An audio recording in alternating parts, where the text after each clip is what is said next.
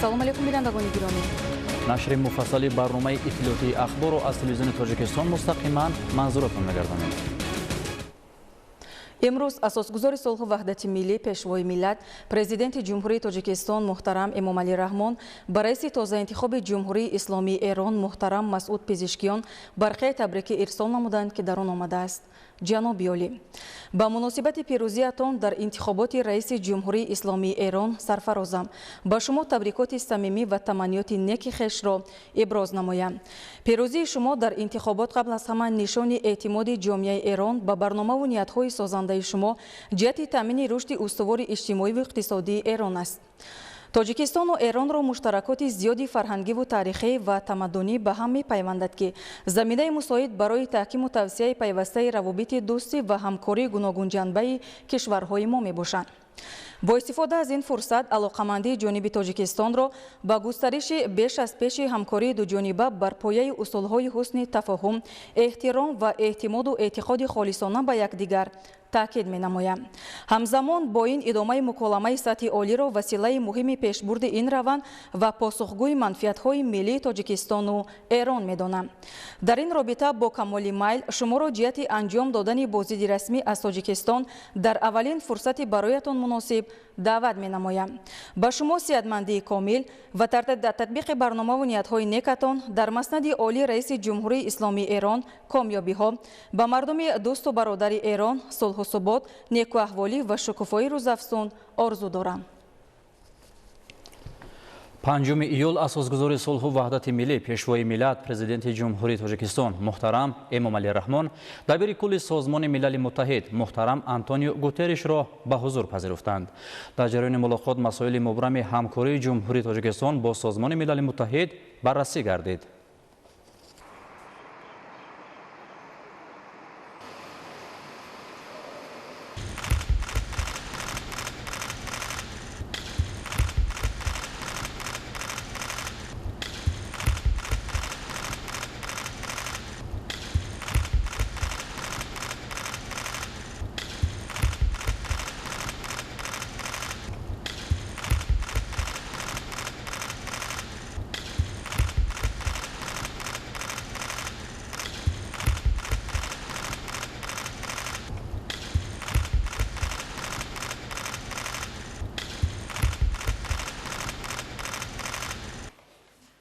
محترم دبیرکل تشریفی شما را به تاجیکستان خیر مقدم میگویم.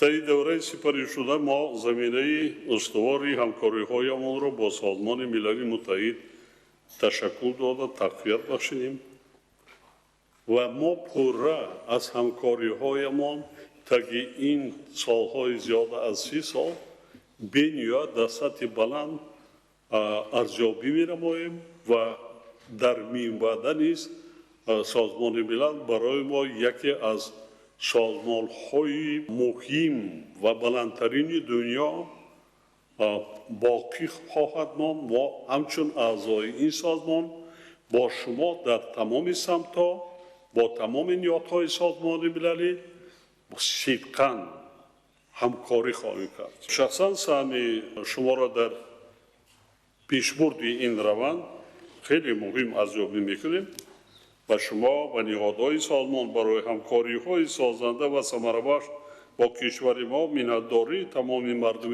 تاجیکستان را بیان می‌نمایم. سازمان ملل در تطبیق مجموعه برنامه‌های اولویتناک جمهوری تاجیکستان نقش نظررس دارد. امروز که انسانیت با تهدید و خطرهای نوی گلوبالی روبرو میباشد، جامعه جهانی بیش از همه به سازمان ملل نیاز دارد. همونطوری که شما وابسته به سمیت آینده ابراز نمودید، شدتناکی گیوسیاسی امروزها به سطح بسیار خود رسیده است. محترم جناب عالی، تشکر زیاد برای قبولی پذیرایی ما در این روزی خیلی بنده که شما خیلی سرکار هستید.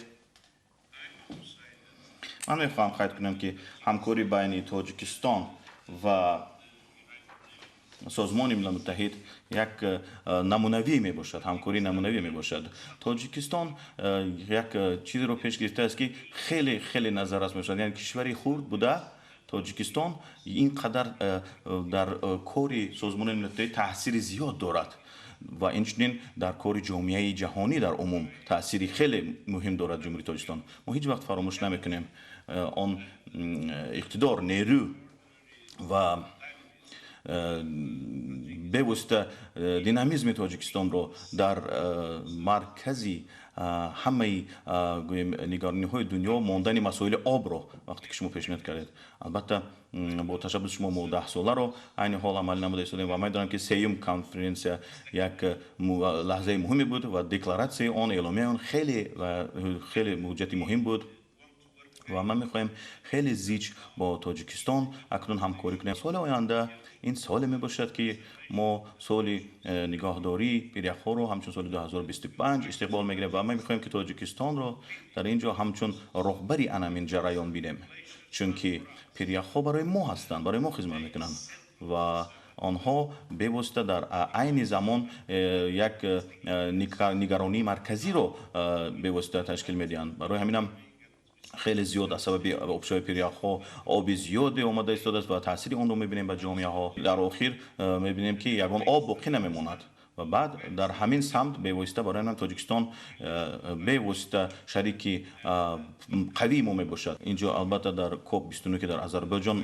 برگزار میگردد، البته میخوام که تاجیکستان در اینجا خیلی قوی و خیلی فعال ماند، باقی ماند در همین جریان گفتگوشنی ها، برای که این خیلی و خیلی مهم میباشد که همین جریانی که عین حال با اون ما روبرو شدیم اون رو برعکس بگردانیم، چون که تهدیدآور میباشد و این به واسطه به حالتی بین المللی خیلی تأثیری منفی میرسونه. در تاجیکستان میخواستن که همین ملاحظه رو به طور درست براه مانند و در خلاصه تاجیکستان التماس کنیم که نقش پیشبرنده خود رو باز هم قوی تر براه مانند تا که همین حجت های قبول میشوند به واسطه توانند همین دینامیکی یا تمایلی منفی حاضره رو برعکس بگردونند. حتی شما کشوری خرد هم باشید، امروز شما کشوری می باشید که تأثیری بزرگ رو در مسائل عمومی و مسائل مهمترین که برای جامعه جهانی تهدیدآور میباشند نقش مهم رو میبازید و البته در این سمت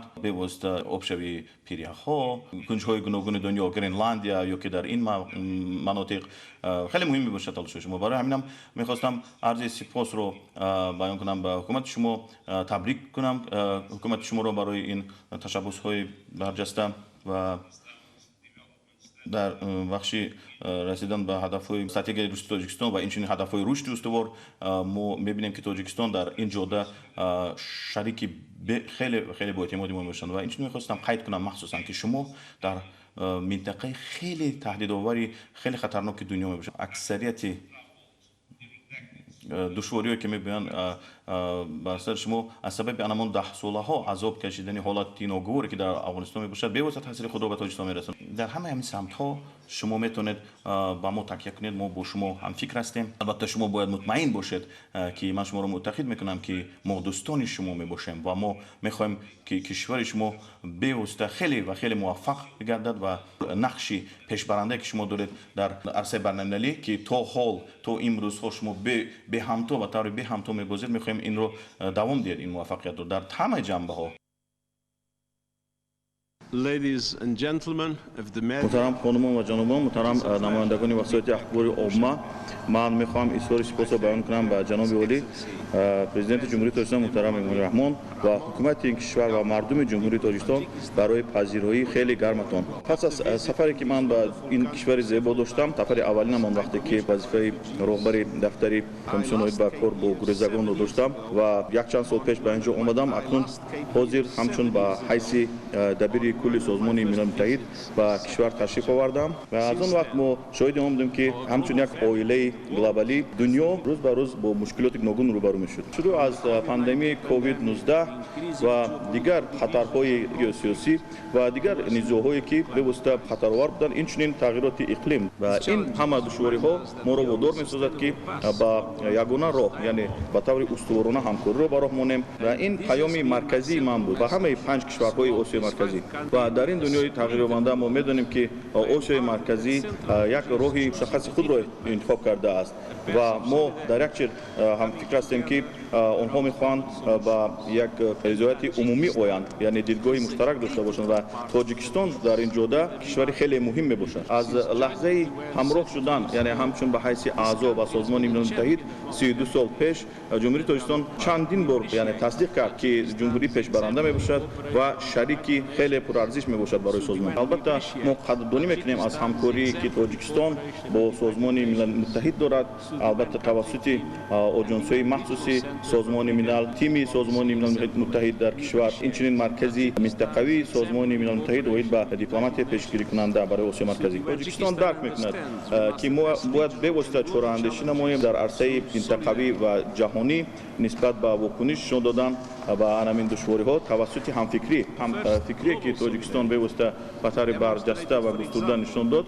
این اعلان نمودن همین معروضه گلوبالی اوید با آب نشان دهنده برجسته آن این به واسطه به نزدیکی یعنی کنفرانس سطحی بلند که اوید با آب گذشت در جمهوری تاجیکستان و البته بار نخست که سال آینده ما استقبال میگیریم از آن چورابینی، یعنی که اعلان نمودیم آن سال همچون سال نگهداری پیریخ‌ها در دنیا و کنفرانس مربوطه دایر خواهد گردید و در بابت به واسطه اعلان نمودن خود ارزش قید کردن ارزش آب همچون خیلی دستاورد مهم در دنیا و اعلان نمودن جمهوری تاجیکستان همچون راهبری همین جریان خیلی مهمه باشد برای ما و البته آن تشبساتی که از طرف راهبری کشور از طرف پرزیدنت جمهوری تاجیکستان محترم امامزاده رحمان و حکومت پیشنهاد می‌کنند بابت تقویت دادن همکاری در سطح منطقوی در مسائل گوناگون و یکی از نمونه‌های برجسته آن دستاوردهایی که در بابت مصالحه مسئله سرحد با قرقیزستان به آن رسیده است و البته سازمان ملل متحد تیار است برای همکاری وقتی که به رضایت نهایی هر دو کشور میرسند در هر دو جانب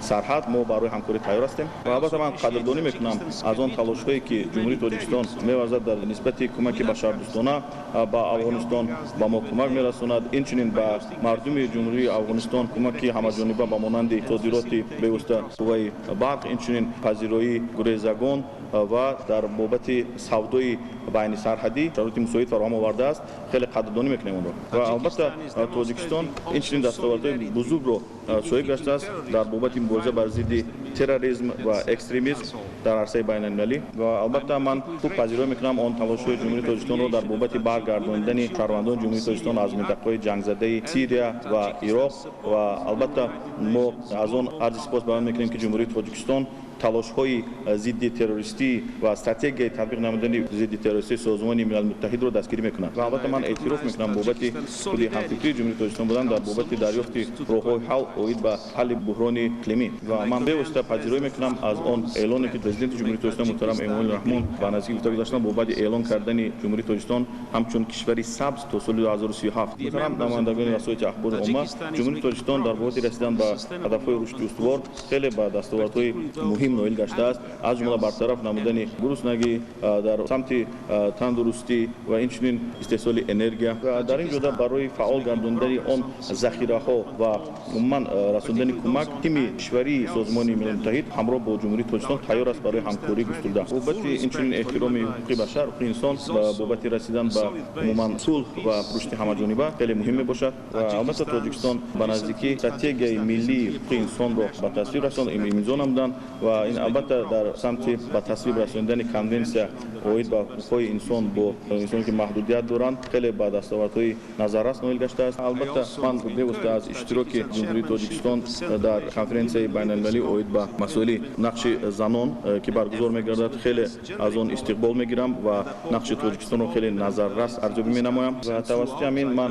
از همه کشورهای آسیای مرکزی دعوت میکنم که در همین جوده یعنی فعالیت سازمان ملل متحد و مکانیزم های آن توسط پیشنهاد نمودن توصیه هایی که وقتی ما بابت تامین نمودن برابری گندری تلاش می‌ورزیم در این جوده با ما همراه باشند. در تمام کشورها به واسطه جامعه شهروندی و به واسطه حمایتگران حقوق انسان در رشد این بعد کشورها نقش خیلی مهمی بازند و البته در تمام دنیا برای دریافت راه‌های حل به واسطه با تلاش‌های مشترک این چیز غیر امکان میباشد و البته در به واسطه شورای امنیتی سازمان ملل متحد ва дар дигар сатҳ мо албатта рӯ ба бевосита эҳтиёҷ дорем ба пиёда намудани ислоҳот дар ин ҷода то ки ҳамагон тавонанд муқовимат кунанд ба душворие ки бо кишварҳои гуногун рӯбарӯ шуда истоданд ва албатта саммити оянда ба исло ки баргузор мегардад ба наздикӣ дар ин ҷо мо интизории онро дорем ки ислоҳоти куллӣ пешниҳод хоҳад гардид ва кишварҳои осиёи марказӣ аз ҷумла ҷумҳурии тоҷикистон нақши калидиро хоҳанд бозид ва албатта муҳтарам дӯстон аз васоити ахбори омма созмони милали муттаҳид умедвор аст ки ҳамкориро мо хоҳем тақвият дод бо ҷумҳурии тоҷикистон дар се самти асосӣ яъне сулҳофарӣ рушд ва ҳуқуқи инсон бори дигар мехостам аз испосо баён кунам ба муҳтарам ҷаноби олӣ президенти ҷумҳурии тоҷикистон муҳтарам эмомалӣ раҳмон ва халқи ҷумҳурии тоҷикистон барои пазироӣ ташаккури зиёд. Thank you very much. 4 июли соли 2024 раиси ҷумҳурии мардумии чин муҳтарам Си Ҷинпин бо сафари давлатӣ ба ҷумҳурии Тоҷикистон ташриф оварданд. меҳмони олимақомро дар фурудгоҳи байналмилалии Душанбе асосгузори сулҳу ваҳдати миллӣ, пешвои миллат, президенти ҷумҳурии Тоҷикистон муҳтарам Эмомалӣ Раҳмон самимона истиқбол гирифтанд.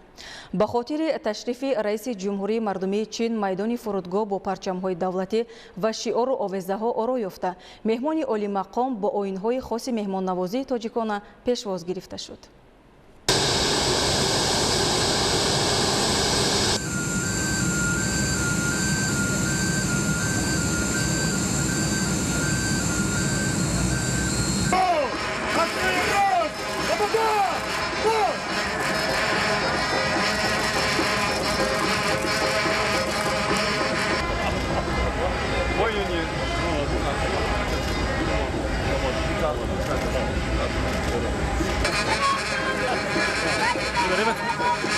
Gari mehmonavozi Tojikiston shmaro saymona xayrmaqtan meguyar.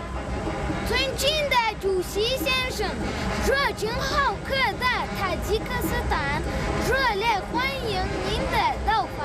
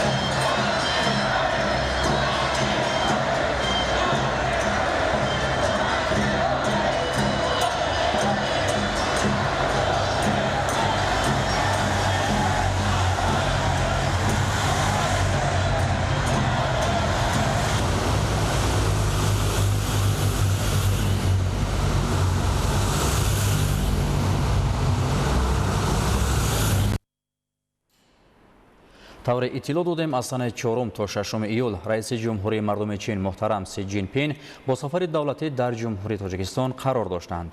мавриди зикр аст ки зимни сафари давлатии раиси ҷумҳурии мардуми чин дар Тоҷикистон мулоқоту музокироти сатҳи олии Тоҷикистону чин, имзои як қатор санадҳои нави ҳамкорӣ, маросими сарфарозгардонии пешвои миллат муҳтарам Эмомалӣ Раҳмон бо мукофоти олии ҷумҳурии мардуми чин ордени дӯстӣ, ифтитоҳи биноҳои парлумони Тоҷикистон ва ҳукумати ҷумҳурии Тоҷикистон ва дигар чорабиниҳои муҳим анҷом ёфт.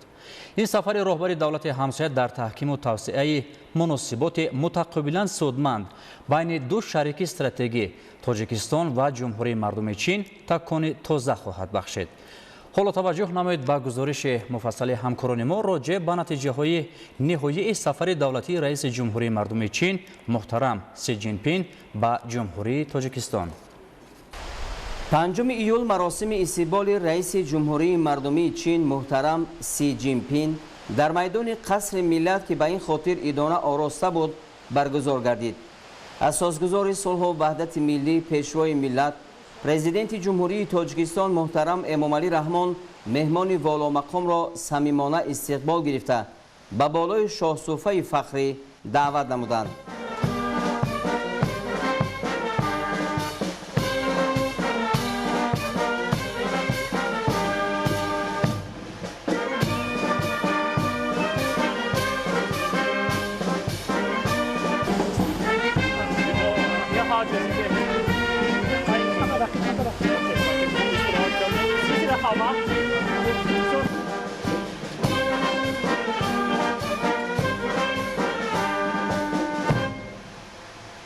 برای استقبال از بین آماده باش.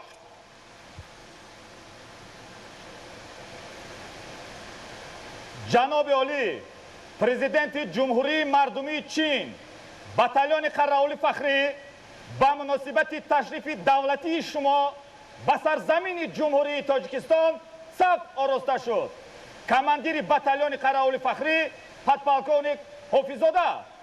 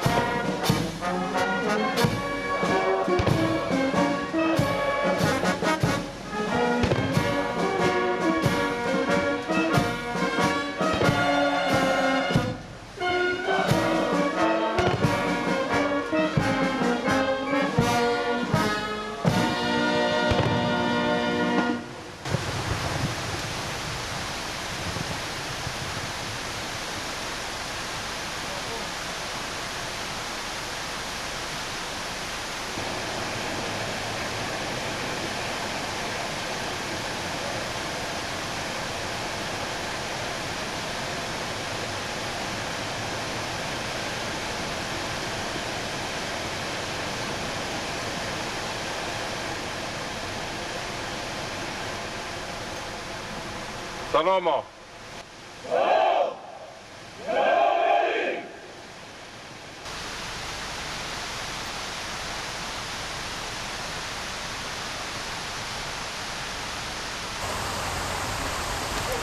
Председатель Маджлиси Председатель Маджлиси премьер-министр, руководитель исполнительного аппарата президента. 2017 ГБК.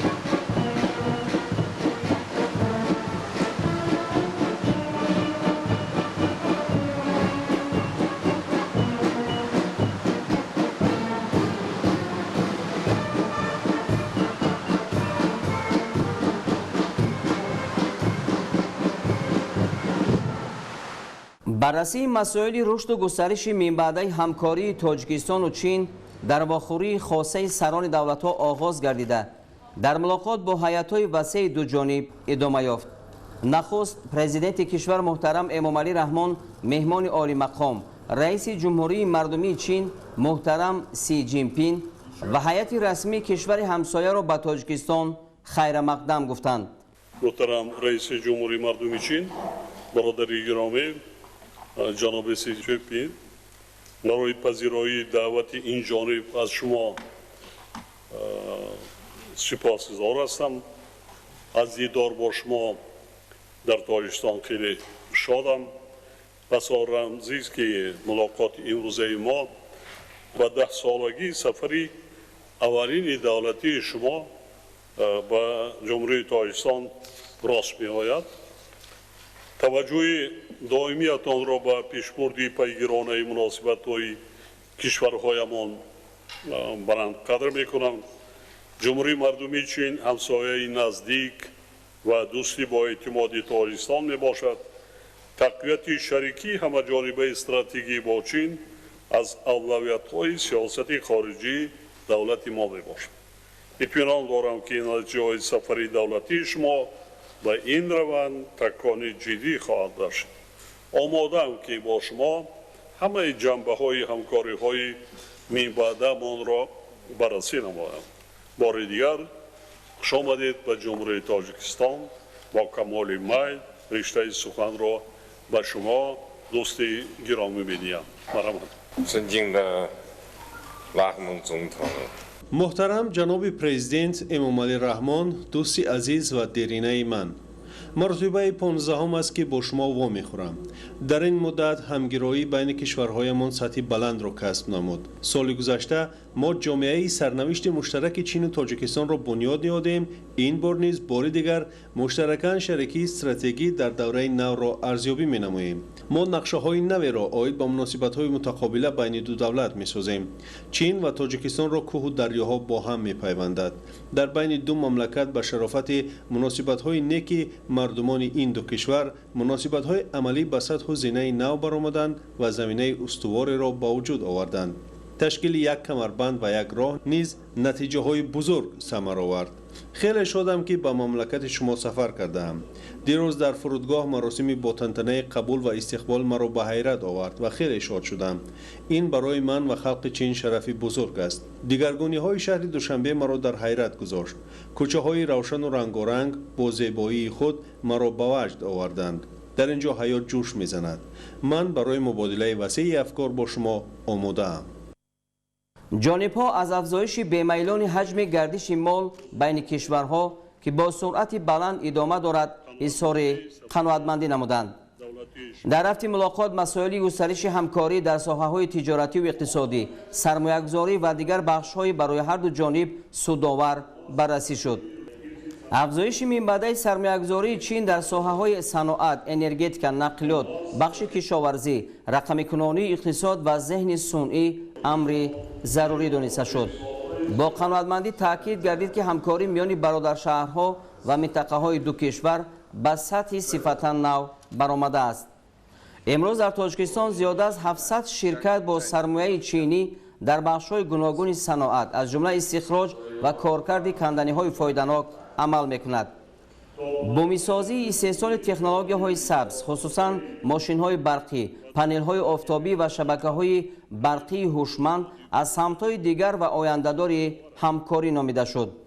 ضمن واخوری جانب‌ها اید بر رشد مناسبت‌ها در ساحه‌های معارف از جمله جدا کردن بورسیه‌ها برای دانشجویان تاجیک، بخش‌های تندرستی، داروسازی، رابطه‌های فرهنگی و گومانیتری و دیگر عرصه‌های همکاری تبادل اندیشه نمودند.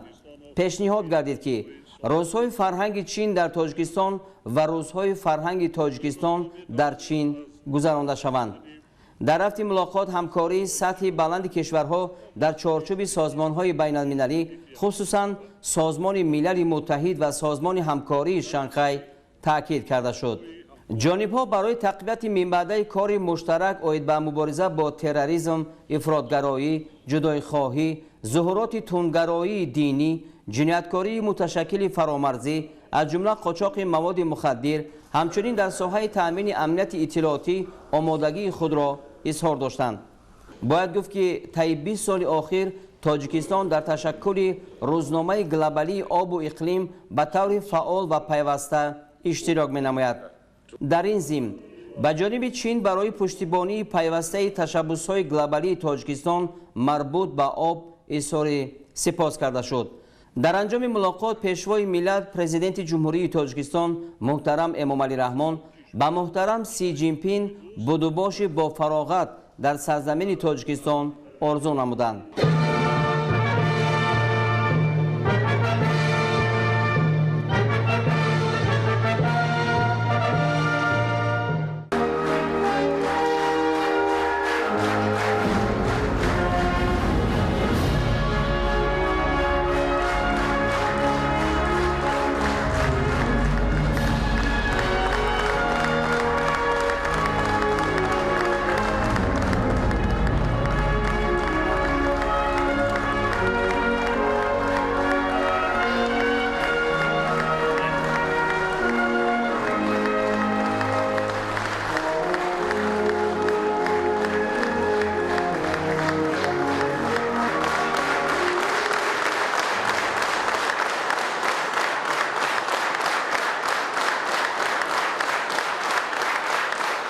مراسم سرفرازگردانی با اردن دوستی جمهوری مردمی چین آغاز می گردد.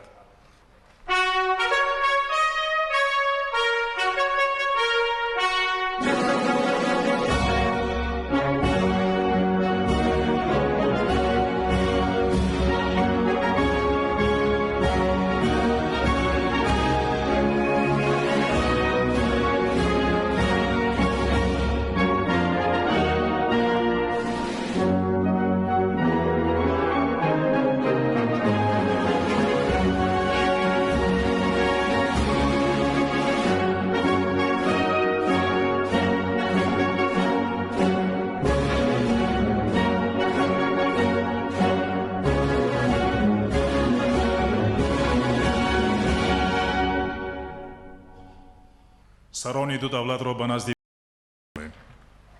سخن به رئیس جمهوری مردمی چین محترم سی جین پین داده می شود.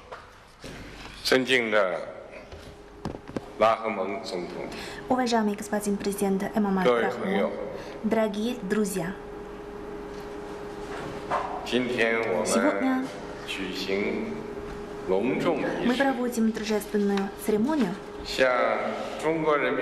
чтобы вручить давнему и большому другу Китая, его превосходительству, президенту Таджикистана Эмомали Рахмону, орден дружбы,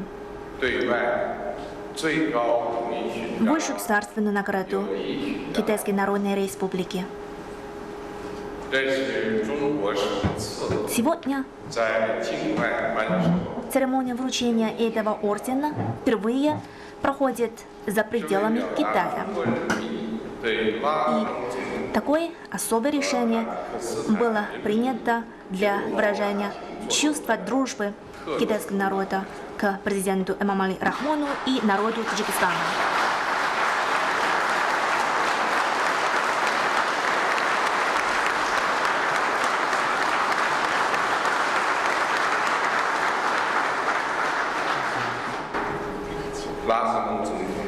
Президент Эмомали Рахмон является одним из самых опытных лидеров стран Евразии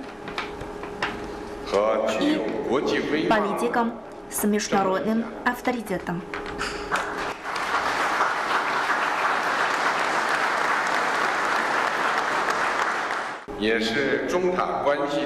Стоял у истоков китайско-таджикских отношений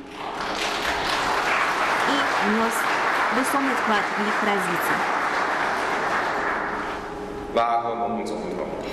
Президент Эмомали Рахмон 21 раз посещал Китай, провел 16 встреч со мной. Его хорошо знают и уважают в Китае. Благодаря личному вниманию и огромным усилиям президента Эмомали Рахмона и руководства Китая, китайско-таджикские отношения выдержали испытания изменчивой международной ситуации и добились опережающего развития от добрососедства к стратегическому партнерству, вплоть до всестороннего стратегического партнерства. Наше многогранное сотрудничество принесло плодотворные результаты, и многовековая дружба глубоко укоренилась в сердцах народов. В прошлом году мы с господином президентом совместно объявили о создании сообщества единой судьбы в духе вечной дружбы, солидарности и взаимной выгоды. Наметили новые ориентиры и задачи будущего развития двусторонних отношений.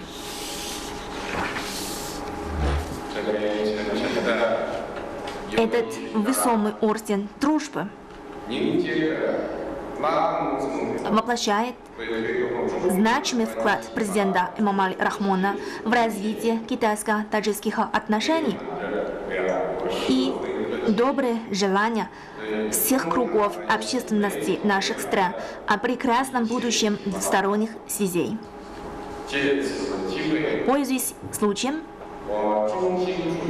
искренне желаю президенту Эмомали Рахмону новых успехов на ответственном посту. Выражаю также готовность совместно с господином президентом придерживаться добрососедства, дружбы и взаимовыгодного сотрудничества, вести вперед китайско-таджикские отношения на благо наших государств и наших народов. Благодарю за внимание.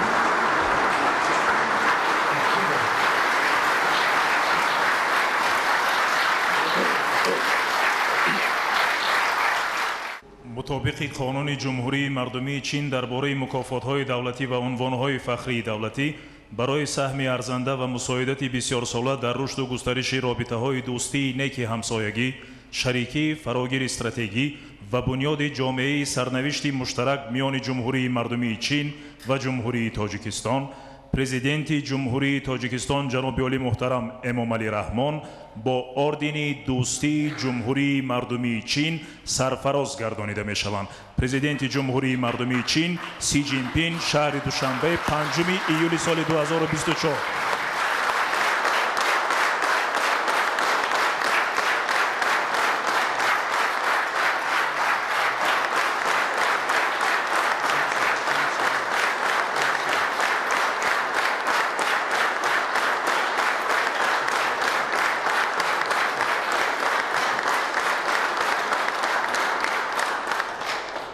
با صحنه اردن دوستی جمهوری مردمی چین با مشایعت افسران قراول فخری وارد می شود.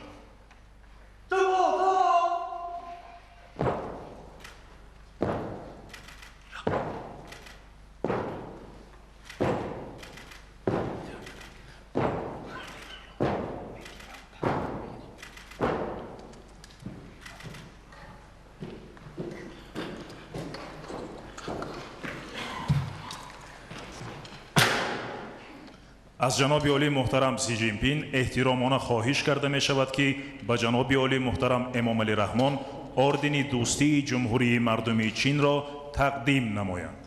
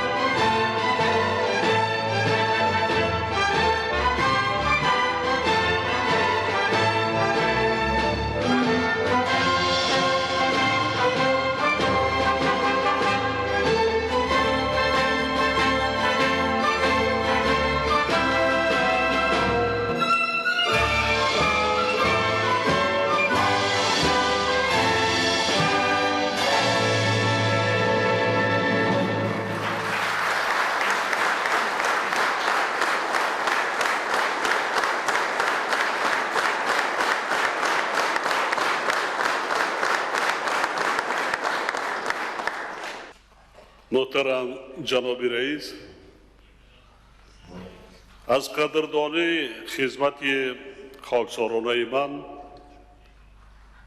از طرف شما و سرفراز گردانیدن با مکافات عالی جمهوری مردمی چین اردن دوستی صمیمانه منتدارم.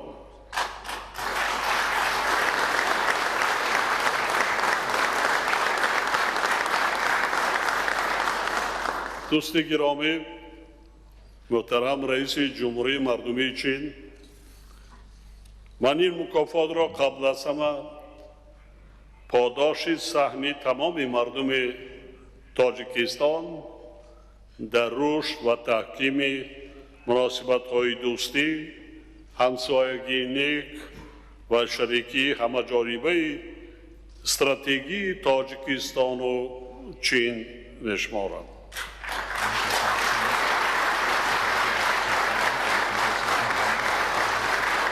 چین همسایه بزرگ و شریکی با اعتماد تاجیکستان می باشد. تنها در ظرف قریب 33 سالی همسایگی ما یگان حادثه ناخوش در بین سرحد مای چین سر نزده است.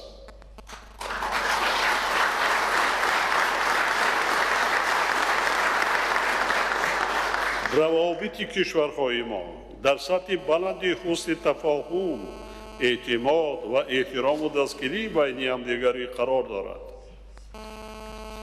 من بار دیگر از شما برادر عزیز، از تمام هیئت رهبری کننده جمهوری مردمی چین و مردم جمهوری چین صمیمانه منتداری بیان میکنم که مخصوصا بعد رهبری شما و سفیر اولین شما به جمهوری تاجیکستان که امروز 10 سال پر می شود، اینقدر غمخواری کمک‌های بی‌غرضانه که شخصا شما برای رشد و پیشرفت دولت تاجیکان کردید، در 20 سال گذشته نبود و این موفقیت و پیشروی‌های ما من فکر خدمت‌های بزرگ شخصا شما دوست گرامی رئیس جمهوری مردم چین جناب سی جی پین هستید.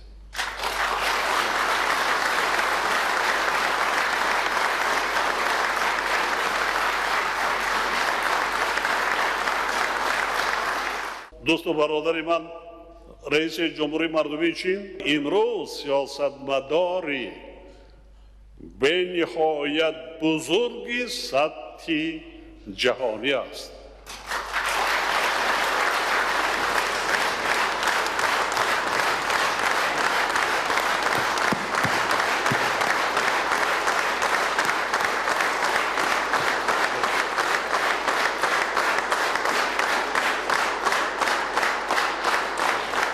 من احسن میگویم، آفرین میگویم به همه تشبس‌های انسان دوستانه و سازنده و صلح آفرین شما.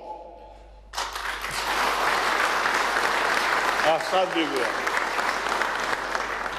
ما آماده هستیم که جهت پیشبرد پیگیرانه همکاری‌های گوناگون جنبه تاجیکستان و چین مطابق به منفعت‌های مردمان ما میبد نیست تلاش‌های مشترک به خرج دهیم.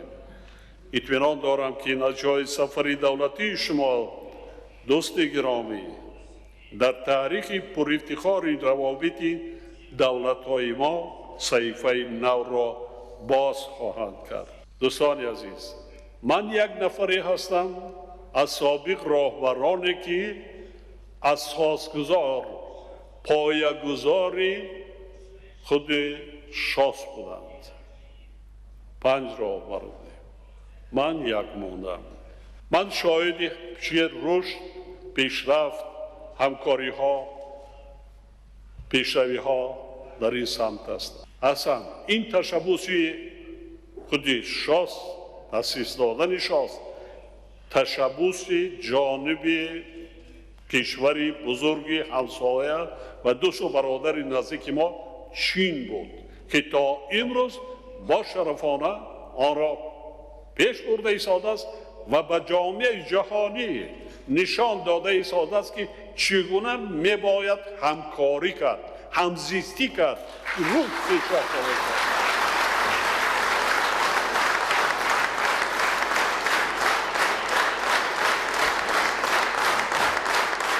این سخنان من بی مبالغه است. من شاهد زنده هستم. برای قدردانی بلند فعالیت من در جاده تحکیم مناسبت‌های تاجیکستان و چین بار دیگر سپاس عمیق خود را ابراز می‌نمایم و به شما از نام مردم تاجیکستان یک جهان تشکر و به شما سلامتی می‌خواهم.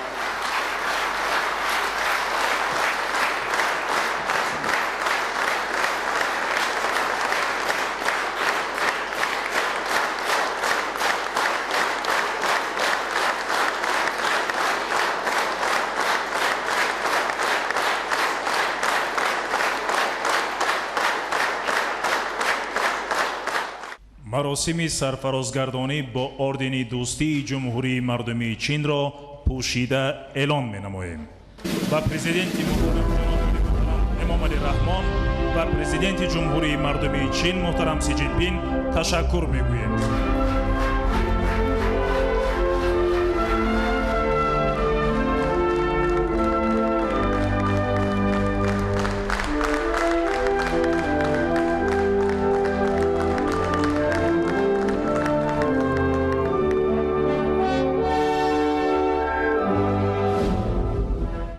پس از انجام ملاقات و مذاکرات سطح عالی تاجیکستان و چین در قصر ملت مراسم امضا و تبادل سندهای نوی همکاری برگزار گردید.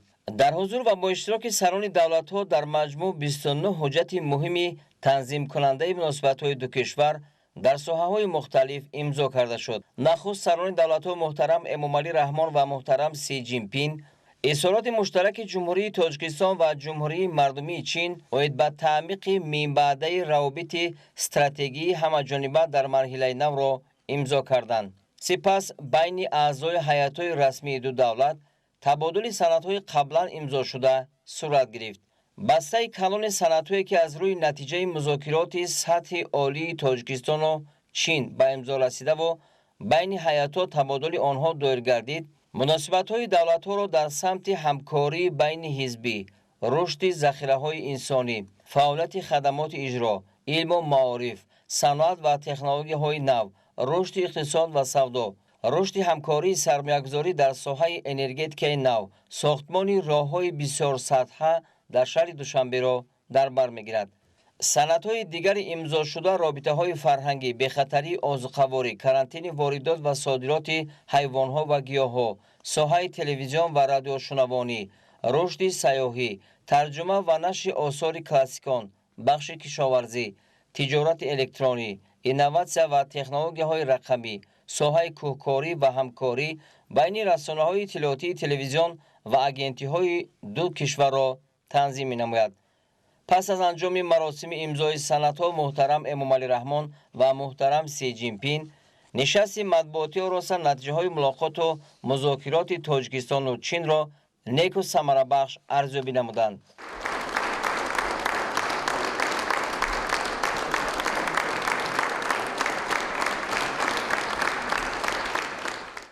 муҳтарам намояндагони воситаҳои ахбори умум, дӯстони гиромӣ, нахуст бо камоли самимият мехоҳам аз номи мардуми Тоҷикистон ва шахсан аз номи худам меҳмони азизамон раиси ҷумҳурии мардумии Чин ҷаноби Си Ҷинпинро бори дигар самимона хайрамақдам бигӯям. мо ин ташрифи шуморо дӯсти гиромӣ чун рӯйдоди муҳим дар таърихи муосири муносибатҳои кишварҳоямон арзёбӣ менамоем. муҳтарам намояндагони воситаҳои ахбори умум, дар ҷараёни музокироти имрӯза ки дар фазои анъанавии дӯстӣ, ҳусни ҳамҷаворӣ, тафоҳум ва эътимоди байни ҳамдигарӣ баргузор гардиданд, доираи васеъи масъалаҳои муносибатҳои дуҷонибаи Тоҷикистон ва Чин мавриди муҳокима қарор гирифт. дар ҷараёни баррасиҳо аз сатҳи баланди шарикии ҳамаҷонибаи стратегии ду ҳамсояи наздик ва дастовардҳои назаррас дар ин самт изҳори қаноатмандӣ карда шуд. дар ҳошияи мулоқотҳои имрӯза маҷмӯи нави санадҳо ба имзо расид ки заминаи ҳуқуқии ҳамкориҳои ду кишварро дар соҳаҳои мухталифи тиҷорату иқтисод аз ҷумла саноату энергетика, нақлиёт, иқтисоди рақамӣ, инноватсия ва сармоягузорӣ ҳамчунин дар самтҳои фарҳангиву гуманитарӣ таҳким мебошад. зимни баррасии вазъи кунунӣ ва дурнамои ҳамкориҳои Тоҷикистону Чин, мо дар робита бо роҳҳои пешбурди минбаъдаи онҳо ба мувофиқаҳои муҳим расидем. ба масъалаҳои ҳамкории тиҷоратию иқтисодӣ ва сармоягузорӣ таваҷҷӯҳи хоса зоҳир гардид ва ин самт арсаи бунёдии шарикии мо дониста шуд. қобили зикр аст ки ҷумҳурии мардуми Чин аз шарикони муҳимтарин ва раддаи аввали тиҷоратии кишвари мо боқӣ мемонад. гардиши мол миёни кишварҳои мо соли гузашта нисбат ба соли 2022 ба андозаи зиёда аз 24% афзоиш ёфт. ин раванд соли ҷорӣ дар ҳоли рушди бештар қарор дорад. ҳаҷми сармояи Чин ба иқтисоди Тоҷикистон дар давраи солҳои 2007-2023 зиёда аз 4 миллиард долларро ташкил медиҳад ки беш аз 2,5 миллиарди он сармояи мустақим мебошад. ширкатҳои Зарафшон, Zijingold, маҷмӯаи саноати бофандагӣ Ҷунтай Данғара Синсилотекстил, Хуаксин Семент Ёвон و ده‌های دیگر نمونه روشنی همکاری‌های ثمربخش سرمایه‌گذاری دو کشور محسوب می‌یابد. در مجموع امروز در تاجیکستان زیاده از 700 شرکت با سرمایه جانب چین فعالیت می‌کند. چند روز پیش در شهر دوشنبه همایش نمایندگان دایره‌های صاحبکاری و شرکت‌های تاجیکستان و چین دایر گردید. در چارچوب این چهاربینی دو جانب به مبلغ زیاده از 600 میلیون دلار شرطنامه و قراردادهای همکاری به امضا رسانیدند. جانب تاجیکستان هوسمندی خود را جهت جلب باز هم بیشتری دایره‌های صاحبکاری چین به منظور تطبیق عملی لایحه‌های اینفراساختوری تاکید می‌نماید. دو جانب از ادامه همکاری‌ها در دایره تشبث یک کمربند یک راه اظهار قناعتمندی کردند. ساحه نقلیات و کمونیکاسیا به صفت سمت دیگری اولویتناک در رابطه‌های دو کشور ارزیابی گردید. ما منفعت‌داری خود را به پیشبرد همکاری‌ها در این جاده که برای رشد و توسعه رابطه‌های تجارتی و اقتصادی زمینه مساعد فراهم می‌آورد اظهار کردیم. تأکید گردید که بنیاد و تجدید راه در منطقه قلعه خم ونج سرحد ناحیه روشن دالان ترانزیتی چین، تاجیکستان، ازبکستان، ترکمنستان، ایران، ترکیه را تکمیل خواهد داشت. وابسته به این پیشنهاد نمودیم که امکانیت بنیاد و نوسازی قطعه شاهراه دوشنبه کلمه در منطقه ناحیه روشن تا گذرگاه سرحدی کلمه قرسو مورد بررسی قرار داده شود. همچنین ما پیشنهاد داریم که جهت بنیاد راه‌های اتومبیلگرد و آهن در مسیر چین، تاجیکستان، افغانستان به منظور گسترش رابطه و توسعه تجارت منطقوی تدبیرهای عملی اندیشیده شد. در برابر نقلیات و کمونیکاسیا ما هوسمندی جانب خود را به جلب بیشتر سرمایه چین و بخش‌های گوناگون صنعت، بخصوص صنعت سبک و خوراکواری، انرژتیکا، کشاورزی، رقمی کنانی اقتصاد، ذهنی صنعی و دیگر سمت‌ها تاکید نمودیم. ما چنین می‌شماریم که تحکیم اقتدارهای استحصالی در بخش‌های واقعی اقتصاد تا کرسی مستحکم رشد مشترک تاجیکستان و چین را تشکیل می‌دهند.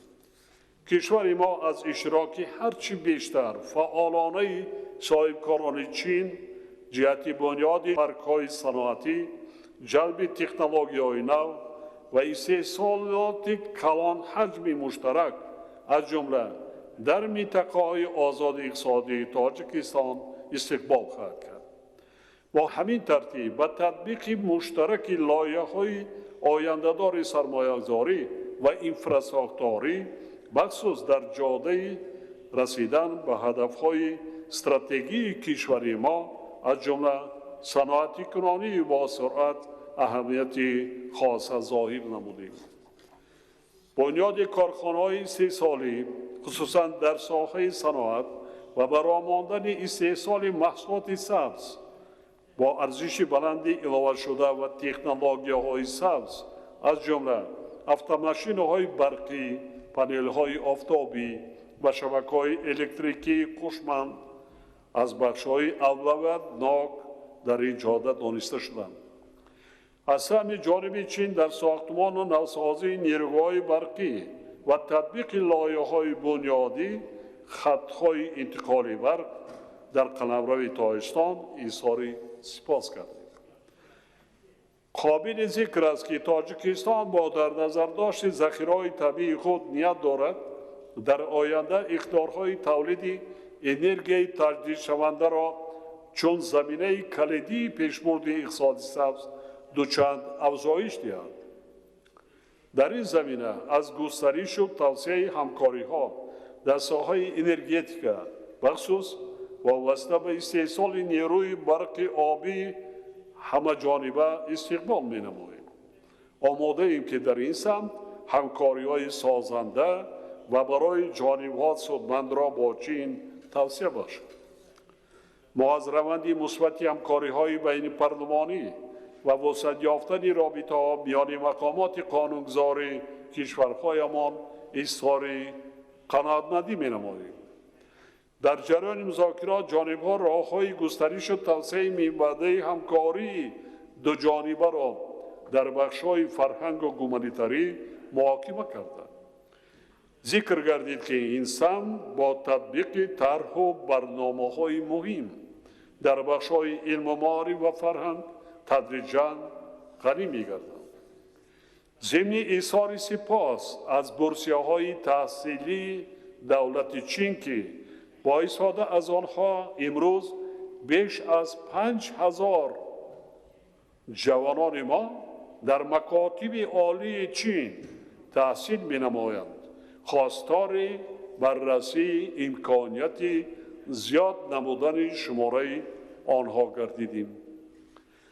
ما از توسعه و تحکیم میانبرده همکاری‌ها در ساحه داروسازی و عموماً در تندرستی بخصوص در بخش پیشگیری و نظارت اپیدمیاها طب معاصر و عنعنوی جانبداری نمودیم. تاجیکستان همکاری ثمربخش خود را با چین در ساحه امنیت مهم می‌داند و آن را شریکی با اعتماد در این سمت می‌حسابد. همکاری ما به خاطر مبارزه با سه نیروی بدی تروریسم، افراطگرایی و جدایی خواهی، همچنین ظاهرات تندگرایی و جنایتکاری متشکل فراملی از جمله گردش غیرقانونی مواد مخدر و کیبرجنایت‌ها همچنین در ساحه تامین امنیت اطلاعاتی گسترش می‌یابد. ما از نتیجه‌های مثبت همدستی جانب‌ها در مورد مقاومت با تهدید و خطرهای گلوبالی قناعتمند بوده از ادامه هماهنگی و همکاری مقامات صحوی دولت‌هایمان در این عرصه جانبداری می‌نماییم. در ملاقات امروزه آید به مسائل مبرم منطقوی و بین المللی مبادله مفصل افکار صورت گرفت. تاجیکستان که جنگ شهروندی را اثر گذرانیده است، همچون کشور صلح‌پرور جانبدار حل و فصل آسایشته همه نزاع‌ها میباشد. در زمینه محاکمه وضعیت امروزه منطقه قضیه افغانستان مورد توجه ما قرار داشت. وابسته به این تاکید کرده شد که ما همسایه‌های افغانستان با استقرار صلح و ثبات در آن بیش از همه منفعت داریم و در این روند تأسیس حکومتی واقعاً همه‌شمول را عامل کلیدی می‌شماریم. کشورهای ما در چارچوب سازمان ملل متحد، سازمان همکاری شانگهای و دیگر سازمان‌های بین المللی و منطقوی همکاری‌های فعال دارند. دو جانب تقویت مکالمه را در دایره ابزار آسیای مرکزی چین با مقصد تشکر شرایط مساعدی برای پیشرفت و آبادی منطقه سازگار دانستند. ما به موافقه رسیدیم که مکالمه فعال سیاسی را از روی تمام مجموع مسائل موردی توجه طرفین ادامه دهیم. در فرجام بار دیگر محترم جناب رئیس جمهوری مردم چین و هیئت همراهشان را در سرزمین تاجیکستان خوش آمدید میگویم و برایشان صحتمندی و کامیابی ها آرزو می نمایم. اطمینان دارم که نتیجه های بازدید کنونی شما دوست گرامی از تاجیکستان بر رشد و تحکیم و تقویت مناسبت های شریکی همه جانبه استراتژی ما تکان قوی خواهند داشت. با کمال میل رشته سخن را به شما досту бародари гироми медиям. Марҳамат.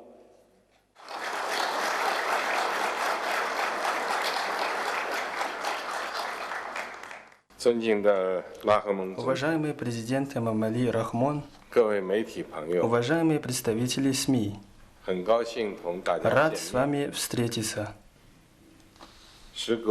Спустя 5 лет я вновь нахожусь в Таджикистане с государственным визитом и снова почувствовал неувядающее братство между народами Китая и Таджикистана. Позвольте сердечно поблагодарить президента Рахмона и таджикскую сторону за гостеприимный прием и прекрасную организацию. Чуть ранее мы с президентом Рахмоном провели содержательные и результативные переговоры, по итогам которых мы подписали совместное заявление и объявили о развитии отношений всестороннего сотрудничества и стратегического партнерства в новой эпохе. Договорились о формировании сообщества единой судьбы Китая и Таджикистана на новой отправной точке в духе вечной дружбы, солидарности и взаимной выгоды. Мы также засвидетельствовали подписание и обмен более чем 20 межправительственными и межведомственными документами о сотрудничестве в таких сферах, как торговля, транспортная взаимосвязанность, ключевые полезные ископаемые, безопасность и культурно-гуманитарные связи. Обретение нового статуса позволяет двусторонним отношениям между Китаем и Таджикистаном выйти на новые рубежи. Я вручил президенту Рахмону орден дружбы Китайской Народной Республики за его весомый вклад в продвижение китайско-таджикских отношений.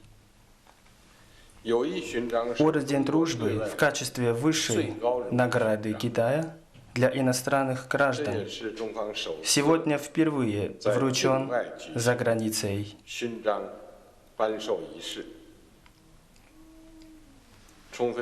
Что наглядно свидетельствует о глубоких чувствах китайского народа к президенту Рахмону и таджикскому народу. Стороны будут и впредь твердо продвигать дружественное и взаимовыгодное сотрудничество, решительно поддерживать друг друга в выборе модели развития в соответствии с собственными реалиями, а также в усилиях по отстаиванию суверенитета, независимости и территориальной целостности. Как бы ни менялась международная ситуация, Китай навсегда останется доверительным другом, надежным партнером и близким братом Таджикистана.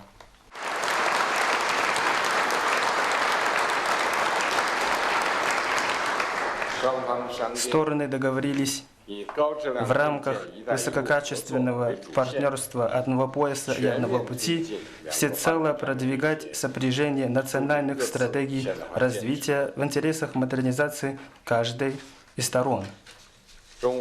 Китай готов увеличить ввоз качественной таджикской продукции, повысить и масштаб, и качество двустороннего торгово-экономического сотрудничества. Следует и дальше наращивать кооперацию в области транспортной взаимосвязанности. Китай будет оказывать Таджикистану содействие в раскрытии его транзитного потенциала. Важно укреплять сотрудничество в сфере ключевых полезных ископаемых, повышать уровень сельскохозяйственного сотрудничества, культивировать новые точки соприкосновения в таких сферах, представляющих производительные силы нового качества, как новые источники энергии, цифровая экономика, искусственный интеллект, электронная торговля.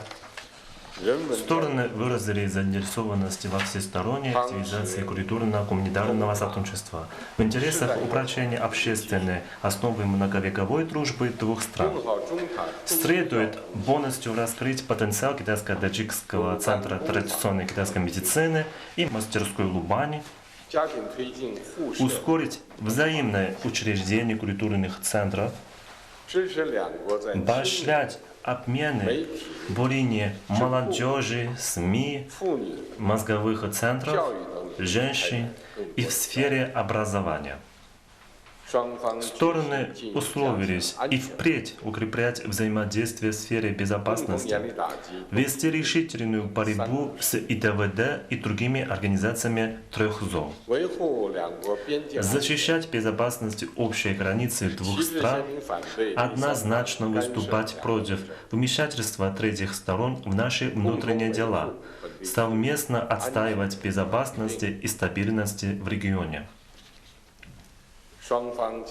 Стороны договорились наращивать обмен и координацию по афганскому вопросу, совместно участвовать в механизмах афганского урегулирования, подтолкнуть новые афганские власти к формированию инклюзивного правительства, которое будет проводить умеренную, взвешенную политику, сосредоточить усилия на развитии страны и благосостоянии народа, решительно бороться с терроризмом и выстраивать внешние связи на основе добрососедства и дружбы. Стороны дали высокую оценку конструктивному взаимодействию в формате Китай-Центральная Азия, выразили готовность на основе прагматичности сделать данный механизм более эффективным и повысить его авторитет. Китай в рамках своего председательства будет принимать у себя следующий саммит. В связи с чем мы ожидаем участия в нем президента Рахмона для совместного обсуждения плана дальнейшего развития организации. На фоне мировых перемен международное сообщество тем более нуждается в укреплении сплоченности и взаимодействия. Китай выступает за равноправную и упорядоченную многополярность мира и общедоступную инклюзивную экономическую глобализацию. Мы готовы с таджикской стороной активно реализовать инициативу по глобальному развитию, инициативу по глобальной безопасности и глобальную инициативу цивилизации, чтобы внести наш совместный вклад в дело мира и развития во всем мире. Уважаемые журналисты, благодарю всех вас за большой труд в освещении моего визита. Будем рады тому, что вы будете продолжать повествовать о китайско-таджикской дружбе и прилагать свои усилия для дальнейшего развития китайско-таджикского всестороннего стратегического партнерства. Благодарю за внимание. Muhterem navayandagoni vosita akhbori omad nishasti matbuoti ma ba okhir rasid va dar okhir man dar inja ba ek bar digar ba raisi muhtarami Jumhuri Mardumi Chin do'sti giromi janob Si Jinping baroy qadrdoni na onqadar zahmatoi ziyodi man va sarfarozgardonidan ba mukofoti davlati دوستی که اولین بار در خارج کشور سپرده شد منتداری خود را و منتدار این مکافات نه اینکه برای خدمت‌های ما برای خدمت‌های کلی مردم تاجیکستان است و این را ما بسیار بلند ارزیابی می‌کنیم و به شما منتداری صمیمی مردم تاجیکستان و خود را می‌رسانم و به شما پیش از همه سلامتی موفقیت و دولت بزرگ مردم چین صلح پیشرفت امانی و عملی همه تشبس‌هایی که برادر عزیز رئیس جمهور محترم جناب سی جی پینگ کردند در آن که خدا کند که ما هم شاهد باشیم و در آن فضای آزاد و پیشرفته زندگی کنیم، بهره بریم. سلامت باشید.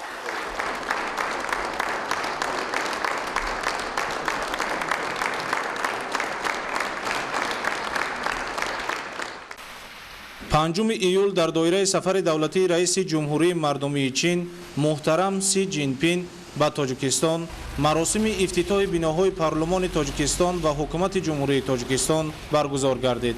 سران دولت‌ها محترم امامعلی رحمان و محترم سی جینپین در وضعیت تنتنوی با برداشتن پرده از روی لوحه رمزی رسما به فعالیت دو انشاءات محتشم و معاصر پارلمان تاجیکستان و حکومت جمهوری تاجیکستان حسن آغاز بخشیدند.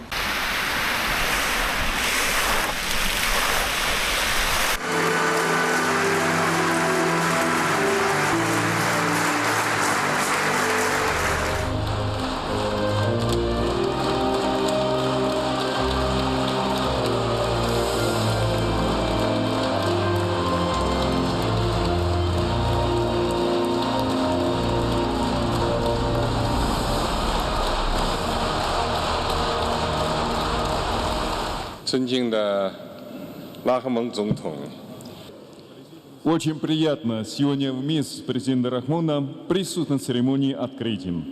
Я в этой связи горячо поздравляю с открытием здания парламента и здания правительства Таджикистана, которое сегодня успешно завершило свое строительство. 5 лет тому назад мы с президентом Рахмоном вместе открыли макеты этих зданий. В течение последующих 5 лет строители двух стран прилагали огромные совместные усилия, преодолев трудности и тем самым обеспечили своевременное и высококачественное строительство этих двух зданий. И в этой связи я хочу выразить всем строителям двух стран высочайшее уважение и сердечную признательность.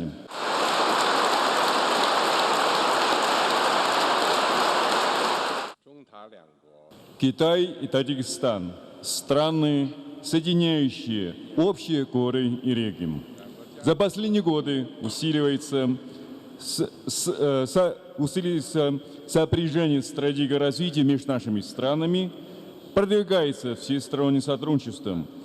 В процессах строительства обоих нам совместно реализован целый ряд важных стратегических проектов, что не только поспособствовало развитию и подъему Таджикистана, но и позволяет жителям страны на себе ощущать реальный поле сотрудничества между нашими странами. Открытие сегодняшнего здания в этом месте будут значительно улучшать условия работы парламента и правительства Таджикистана и станет важным символом дружбы и сотрудничества между Китаем и Таджикистаном. В дальнейшем китайская страна готова, сообща с таджикской страной, и дальше в духе совместной консолидации, совместного строительства, совместного использования в Таджикистане строить еще больше проектов сотрудничества и тем самым внести больше вклад в развитие социально-экономического развития Таджикистана. Желаю вечной дружбы между Китаем и Таджикистаном. Желаю, чтобы наше сотрудничество давало все новые плоды и все поднимались на новые ступени. Спасибо.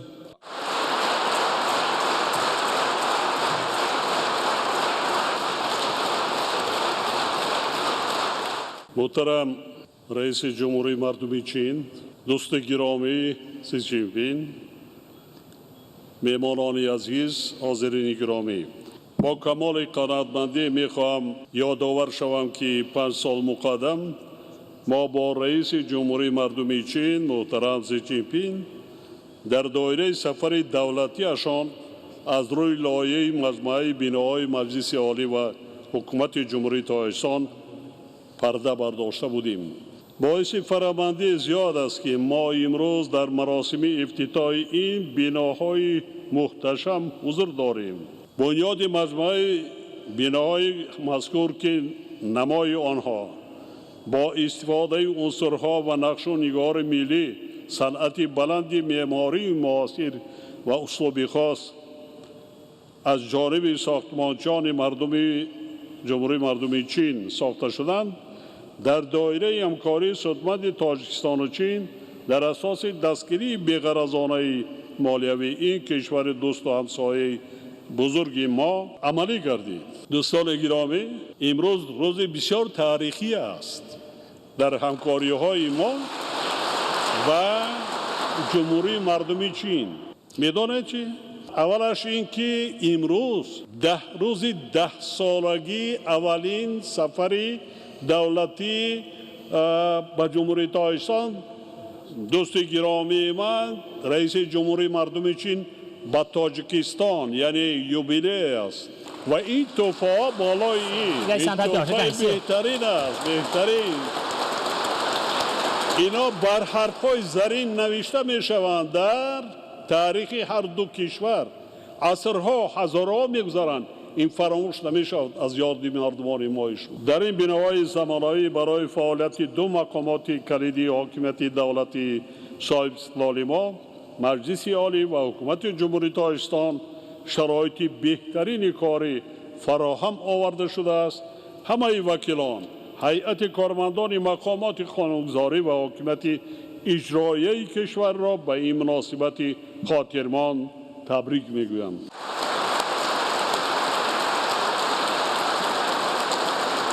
آن هم قابل تأکید است که این بناها همچنین به پایتخت تاجیکستان شهر دوشنبه حسن و طراوت نو بخشیده سیمای آن را بازم زیبا و رنگین نمودند. با ساختمانچیان و معماران و مهندسان و کارگران که در بنیاد این مجموعه سهمی ارزنده گذاشتند ایثار منتداری خود را بیان می‌نمایم.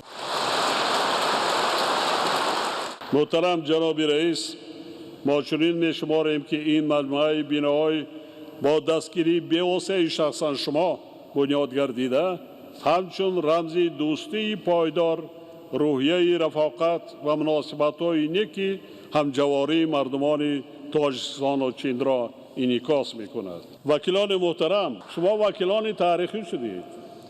اشتراک در مراسم چنین مجموعه زیبا و این افسانه برای ما شما و این تشبث کیست و کمک بی‌غرضانه کیست؟ من همین شخصیت سیاستمدار خردمند سطح جهانی که در دنیا نظیر ندارد دوست گرامی من رئیس جمهوری مردمی چین جناب سی جینپینگ است.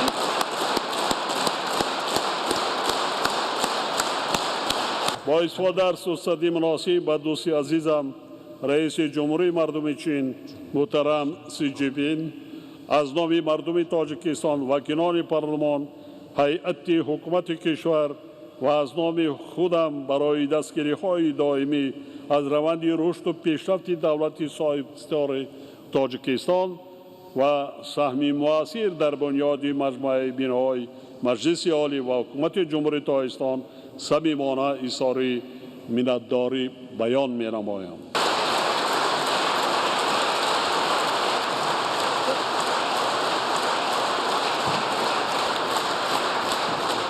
محترم رئیس جمهوری مردمی چین جناب گرامی قدر سی جینپینگ، پیشوای ملت پرزیدنت جمهوری تاجیکستان محترم امومعلی رحمان، حاضرین گرامی، باعث کمال سرفرازی است که حضور شما را در مراسم خاطرمان افتتاحی مجموعه بناهای معماری مجلس عالی و حکومت تاجیکستان که با کمک بی‌غرضانه دوستان چینی ما بنیاد گردیده است صمیمانه خیر مقدم گویم. به حکومت جمهوری مردمی چین و شخصا به شما محترم رئیس جمهوری مردمی چین جناب سی جینپینگ برای دستگیری پیوسته‌تان از ساختمان این مجموعه زمانوی سپاس عمیق راهبریت وکیلان و هیئت کارمندان پارلمان جمهوری تاجیکستان را ابراز می‌نمایم.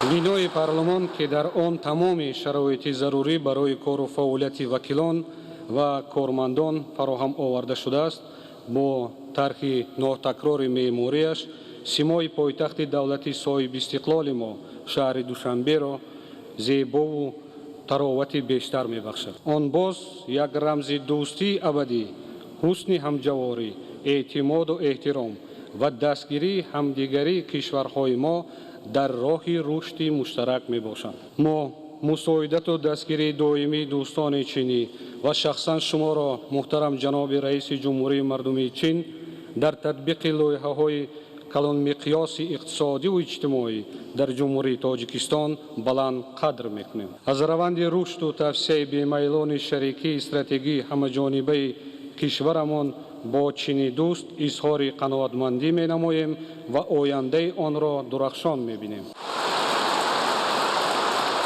бовар дорем ки натиҷаҳои ин сафари давлатии шумо ба Тоҷикистон муносибатҳои ҳамкории кишварҳои ба ҳам дӯст ва ҳамсояи наздики моро бо мазмуну муҳтавои амалии тоза боз ҳам ғанӣ хоҳад гардонид. лутфан бори дигар миннатдории самимонаи моро бипазиред.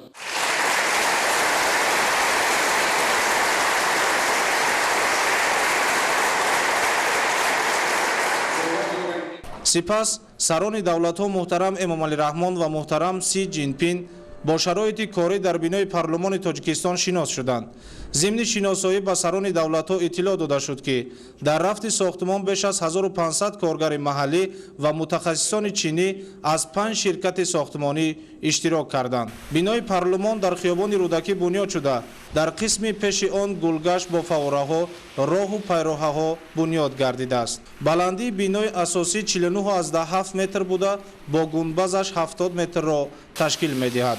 масоҳати умумии бинои парлумон 43750 метри мураббаъ мебошад. дар ошёнаҳои бинои парлумон толори маҷлисҳои якҷоя бо 1500 ҷойи нишаст, маҷлисгоҳҳои палатаи болоӣ ва поёнӣ ҳар кадоме бо 250 ҷойи нишаст, толори қабули меҳмонони олиқадр, маркази технология ва коммуникатсияҳои иттилоотӣ, маркази тиббӣ, китобхона, толор барои конференсҳои матбуотӣ бо 350 ҷойи нишаст ва дигар ҳуҷраҳои корӣ ва ёрирасон ҷойгир карда шудааст. дар рафти сохтумони биноҳои парлумон ва ҳукумати ҷумҳурии Тоҷикистон намои онҳо бо истифодаи унсурҳои миллӣ бо санъати баланди меъмории муосир таҳия шуда бо услуби хос бо нақшу нигор мувофиқ бунёд гардид. ороиши ҳуҷраҳо, толорҳои маҷлисгузаронӣ ва пештолорҳо бо нақшу нигори миллӣ, гаҷкорӣ, кандакорӣ, шишабандӣ ва бо сангҳои табиӣ ороиш дода шудааст. бинои ҳукумати ҷумҳурии Тоҷикистон дар қисми марказии шаҳри Душанбе дар ҳудуди хиёбонҳои Рӯдакӣ ва Исмоили Сомонӣ ҷойгир мебошад. масоҳати қитъаи замини маҷмӯаи ҳукумати ҷумҳурии Тоҷикистон беш аз 10 гектарро ташкил дода, дар он бинои 15 ошёнаи ҳукумат, 2 бинои 13 ошёнагии идораҳои назди ҳукумат, гулгашт бо роҳу пайроҳаҳо бунёд шудааст. дар ошёнаҳои бинои ҳукумат, ҳуҷраҳои кории ҳукумати ҷумҳурии Тоҷикистон, дастгоҳи иҷроияи президенти ҷумҳурии Тоҷикистон ва раёсату сохторҳои зертобаи он, толор барои ҷаласаҳои ҳукумат бо 150 ҷойи нишаст, толорҳои дорои 50 ва 80 ҷойи нишаст, ҳуҷраҳои корӣ, толори калон бо 1000 ҷойи нишаст, 3 маҷлисгоҳ, ҳуҷраҳои қабули шаҳрвандон, матбаа, бойгонӣ, ошхона ва дигар ҳуҷраҳо сохта шудааст. баландии умумии бинои марказӣ 91,5 метрро ташкил медиҳад. баъди шиносоӣ бо шароити бинои парлумон пешвои миллат муҳтарам Эмомалӣ Раҳмон ва раиси ҷумҳурии мардумии Чин муҳтарам Си Ҷинпин ба кори босифати бинокорон баҳои баланд доданд. бунёди биноҳои парлумони Тоҷикистон ва ҳукумати ҷумҳурии Тоҷикистонро ки дар доираи муносибатҳои судманду самимии сарони давлатҳо муҳтарам Эмомалӣ Раҳмон ва муҳтарам Си Ҷинпин бунёду ба истифода дода шуд, метавон намунаи олии ҳамкории ду кишвар номид. воқеан боиси ифтихор ва сарфарозист ки имрӯз дар маросими ифтитоҳи бинои нави парлумони ҷумҳурии Тоҷикистон ва ҳукумати ҷумҳурии Тоҷикистон ба ҳайси як нафар вакил иштирок намудам ва чӣ хеле ки аз забони худи пешвои муаззами миллат президенти ҷумҳурии Тоҷикистон муҳтарам Эмомалӣ Раҳмон дар инҷо садо дод, моро пешвои муаззами миллат вакилони таърихӣ номиданд ва воқеан ин اساس مهم خود را دارد، زیرا در این سنه بسیار مهم که یک بنای با حشمت و خیلی زیبا و خیلی زمانوی که به حسن دوشنبه زیبای ما باز یک حسن تازه را ضمن نموده است، روزی تاریخی است، سنه است که آن از خاطر فراموش نمی شود و نه فقط برای وکیلان بلکه برای تمام تاجیکستانیان امروز روزی تاریخی است. ما امیدواریم که ادامه مناسبت های دوستانه در ساحه اقتصادیات فرهنگ جمهوری تاجیکستان باز هم ادامه می یابد و آن باز هم زیاد می گردد، زیرا با دولت چین، با ریسپوبلیک مردمی چین ما دوستی خیلی پرسابقه داریم و بخصوص در زمان استصواب استقلالیت جمهوری تاجیکستان این مناسبت رشد و ترقی نموده است. البته که در اساس راهبری سروری پیشوای معظم ملت تاجیکستان در آینده باز هم رشد و ترقی می‌یابد.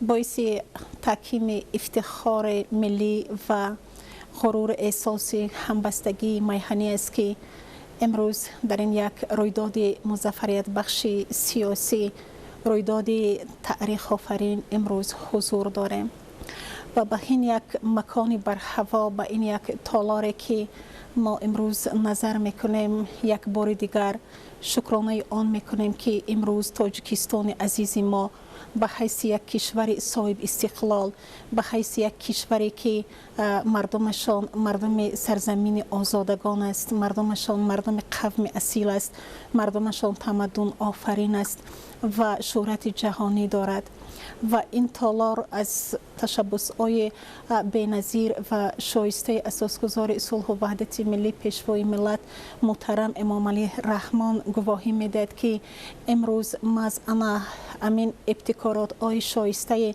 جهانی پیشوای معظم ملت محترم امام علی رحمان است که جهانیان به ویژه کشورهای دوست و همسایه به این سرزمین توجه خاصه دارند و برای بازم بهتر و شایسته تر نمودن زندگی هر یک خلق تاجیکستان سهم با سزای خیش را میگذارند. این بنایی که ما امروز اگر با یک احساس بلند غرور ملی و میهنی به آن نظر اندازیم، در هر یک خشت او، در هر یک صنعت او یک نمای دوستی و محبت، یک نمای صداقت دو کشور با هم دوست، دو کشور با هم همسایه، دو کشور خیرت سالار، دو کشور تمدن آفر، دو کشوری که امروز در پرتو فناناپذیر هویت و اتحاد و همبستگی و صلح و ثبات جامعه و هم آمدند و برای خوشبختی هر یک خلق این تاجیکستان سهم گذاری می نمایند. بینای پارلمان جمهوری تاجیکستان که امروز مورد استفاده قرار گرفت، یکی از بناهای محتشم خواهد بود که مرکز معموری شهر دوشنبه را باز هم زیباتر و آبادتر می‌گرداند و این بنا نتیجه مهنت ثمرناک یا که سیاست خردمندانه اساسگزار صلح و وحدت ملی پیشوای ملت پرزیدنت جمهوری تاجیکستان محترم امام علی رحمان است که در سمت سیاست خارجی خود سیاست دوربینانه و واقع بینانه همکاری با شریکان استراتژیک خود را برآورده مانده است. شرایطی که در بنای مذکور آماده گردیده است برای کار پرثمر پارلمان کشور خیلی شرایط مساعد را فراهم می‌آورد.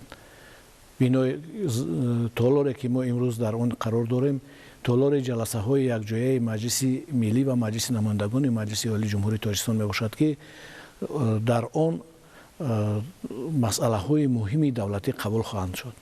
در برابر این تالار محتشم که در حقیقت هم با امکان جایگیر کردن قریب 1,500 شخصان ساخته شده است، در قبط یکم بنا باز دو تالار علاهیده دیگر که در آن جلسه های علاهیده مجلس ملی و مجلس نمایندگان مجلس عالی جمهوری تاجیکستان گذرانده می شوند، به حسن این بنا البته یک حسن دیگر را ضم می کند. ما درباره آن زیبایی یا اینکه از نگاه معماری زیبایی این بنا از بیرون سخن نمی‌رانیم، چون که هر یک شخصی که این بنا را از بیرون نظر می‌کند خود احساس می‌کند که با چی گونه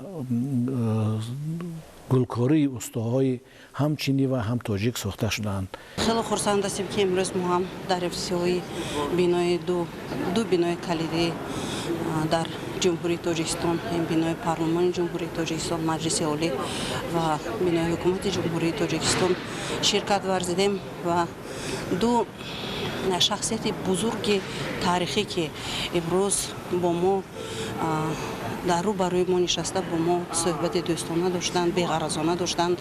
بینای با حشمت که از طرف جمهوری چین و جمهوری تاجیکستان همچنین یک رمز دوستی تحفه کرده شد. در اینجا هم ساختمانچه‌های جمهوری چین و هم تاجیکستان با هم کار کردند. بنا خیلی هم یک بینای با حشمت است و این باز یک برای شهر دوشنبه یک حسن زیبای زمین نماید. پیشوای معظم ملت پرزیدنت جمهوری تاجیکستان محترم امامعلی رحمان ضمن سخن افتتاحی قید نمودند که شما وکیلان مجلس عالی وکیلان تاریخی هستید، چون که خوشبخت‌تر از شما شخصان دیده نمی شود.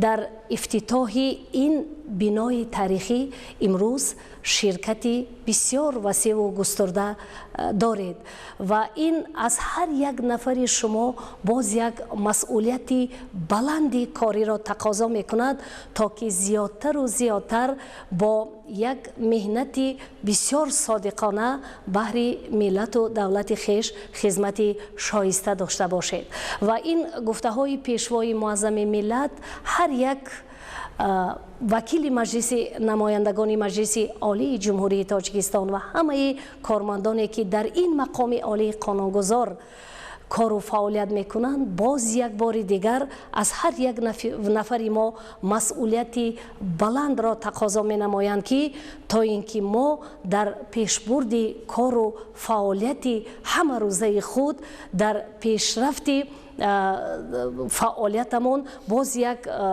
کاری گسترده داشته باشیم و در تهیه و قبول قانون‌هایی که برای پیشرفت جامعه و بلند برداشتن زندگی مردم روانه گردیده اند سهم ارزنده خود را گذاشته باشیم.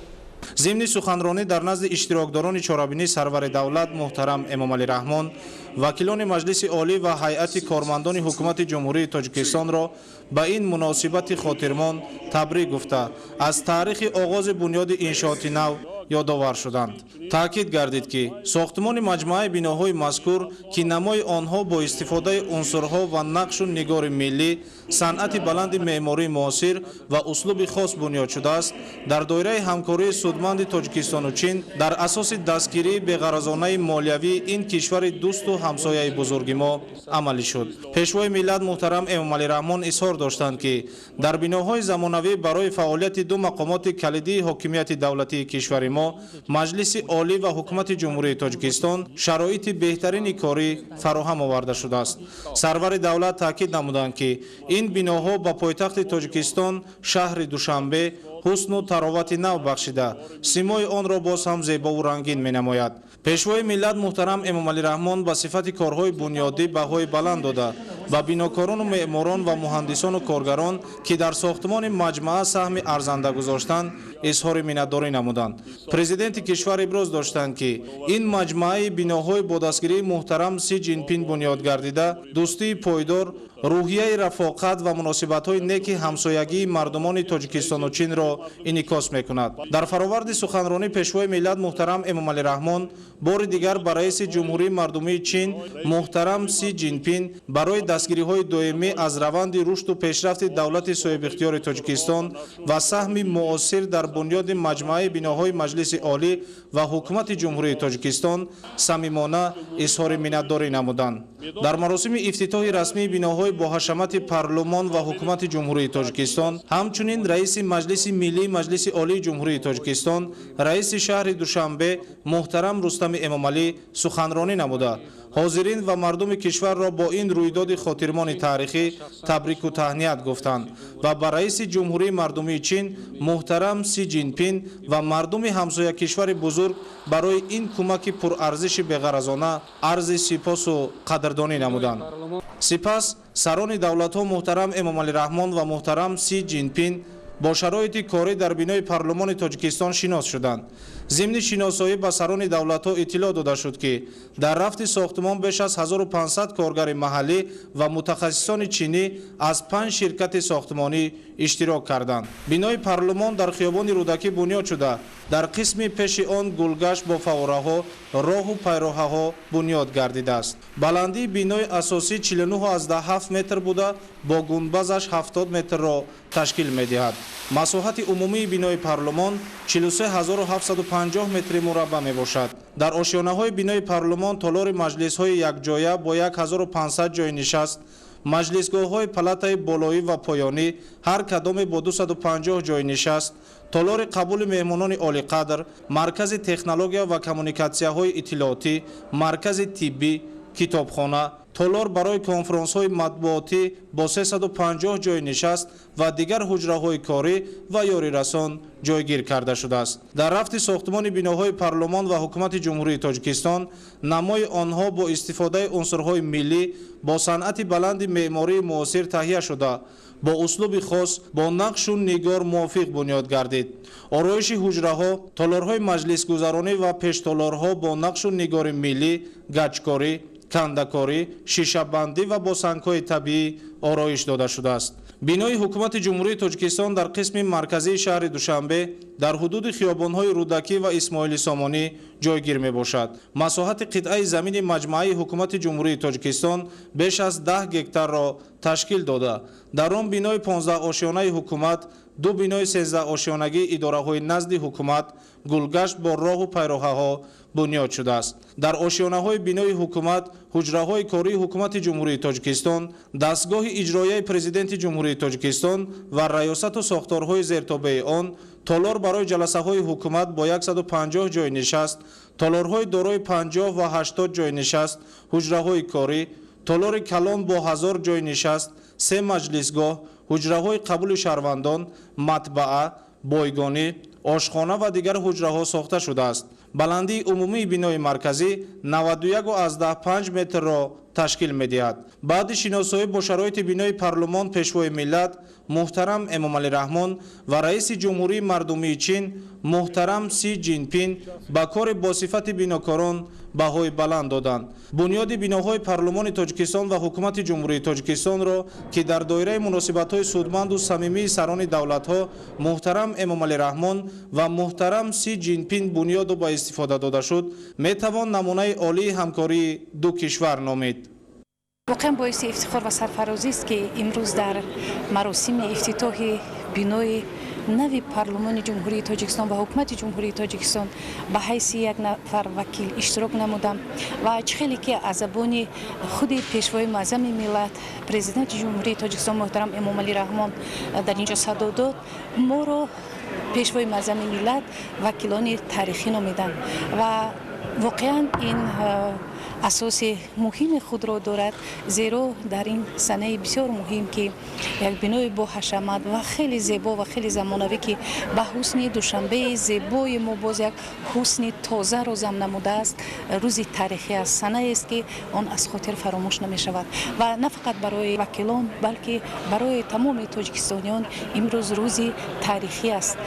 ما امید داریم که ادامه مناسبت های دوستانه در ساحه اقتصادیات فرهنگ جمهوری تاجیکستان باز هم ادامه می‌یابد و آن باز هم زیاد می‌گردد، زیرا با دولت چین، با ریسپوبلیک مردمی چین ما دوستی خیلی پرسابقه داریم و بخصوص در زمان استحصال استقلالیت جمهوری تاجیکستان این مناسبت رشد و ترقی نموده است. البته که در اساس راهبری سروری پیشوای معظم ملت تاجیکستان در آینده باز هم رشد و ترقی می‌یابد. باعث تحکیم افتخار ملی و غرور احساس همبستگی میهنی است که امروز در این یک رویداد مظفریت بخش سیاسی، رویداد تاریخ آفرین امروز حضور داریم و به این یک مکان بر هوا، به این یک تالاری که ما امروز نظر میکنیم یک بار دیگر شکرانه آن میکنیم که امروز تاجیکستان عزیز ما به حیث یک کشور صاحب استقلال، به حیث یک کشوری که مردمشان مردم سرزمین آزادگان است، مردمشان مردم قوم اصیل است، مردمشان تمدن آفرین است و شهرت جهانی دارد و این تالار از تشبس‌های بی‌نظیر و شایسته اساسگزار صلح و وحدت ملی پیشوای ملت محترم امام علی رحمان گواهی میدهد که امروز مزعم امین ابتکارات های شایسته جهانی پیشوای معظم ملت محترم امام علی رحمان است که جهانیان به ویژه کشورهای دوست و همسایه به این سرزمین توجه خاصه دارند و برای بازم بهتر و شایسته تر نمودن زندگی هر یک خلق تاجیکستان سهم با سزای خیش را میگذارند. این بینایی که ما امروز اگر با یک احساس بلند غرور ملی و میهنی به آن نظر اندازیم، در هر یک خشت او، در هر یک صنعت او یک نمای دوستی و محبت، یک نمای صداقت دو کشور با هم دوست، دو کشور با هم همسایه، دو کشور خیرت سالار، دو کشور تمدن آفر، دو کشوری که امروز در پرتو فناناپذیر هویت و اتحاد و همبستگی و صلح و ثبات جامعه و هم آمدند و برای خوشبختی هر یک خلق این تاجیکستان سهم گذاری می نمایند. بینای پارلمان جمهوری تاجیکستان که امروز مورد استفاده قرار گرفت یکی از بیناهای محتشم خواهد بود که مرکز معموری شهر دوشنبه را باز هم زیباتر و آبادتر می‌گرداند و این بینا نتیجه مهنت ثمرناک یا که سیاست خردمندانه اساسگزار صلح و وحدت ملی پیشوای ملت پرزیدنت جمهوری تاجیکستان محترم امام علی رحمان است که در سمت سیاست خارجی خود سیاست دوربینانه و واقع بینانه همکاری با شریکان استراتژیک خود را برآورده مانده است. شرایطی که در بینای مذکور آماده گردیده است برای کار پرثمر پارلمان کشور خیلی شرایط مساعد را فراهم می‌آورد. بینای تالاری که ما امروز در آن قرار داریم تالار جلسه های یک جایه مجلس ملی و مجلس نمایندگان مجلس عالی جمهوری تاجیکستان می باشد که در آن مسئله های مهمی دولتی قبول خواهند شد. در برابر این تالار محتشم که در حقیقت هم با امکان جایگیر کردن قریب 1,500 شخصان ساخته شده است، در قبط یکم بینا باز دو تالار علاهیده دیگر که در آن جلسه های علاهیده مجلس ملی و مجلس نمایندگان مجلس عالی جمهوری تاجیکستان گذرانده می شوند به حسن این بینا البته یک حسن دیگر را ضم می کند. ما درباره آن زیبایی یا اینکه از نگاه معماری زیبایی این بینا از بیرون سخن نمی‌رانیم، چون که هر یک شخصی که این بینا را از بیرون نظر می‌کند خود احساس می‌کند که با چی گونه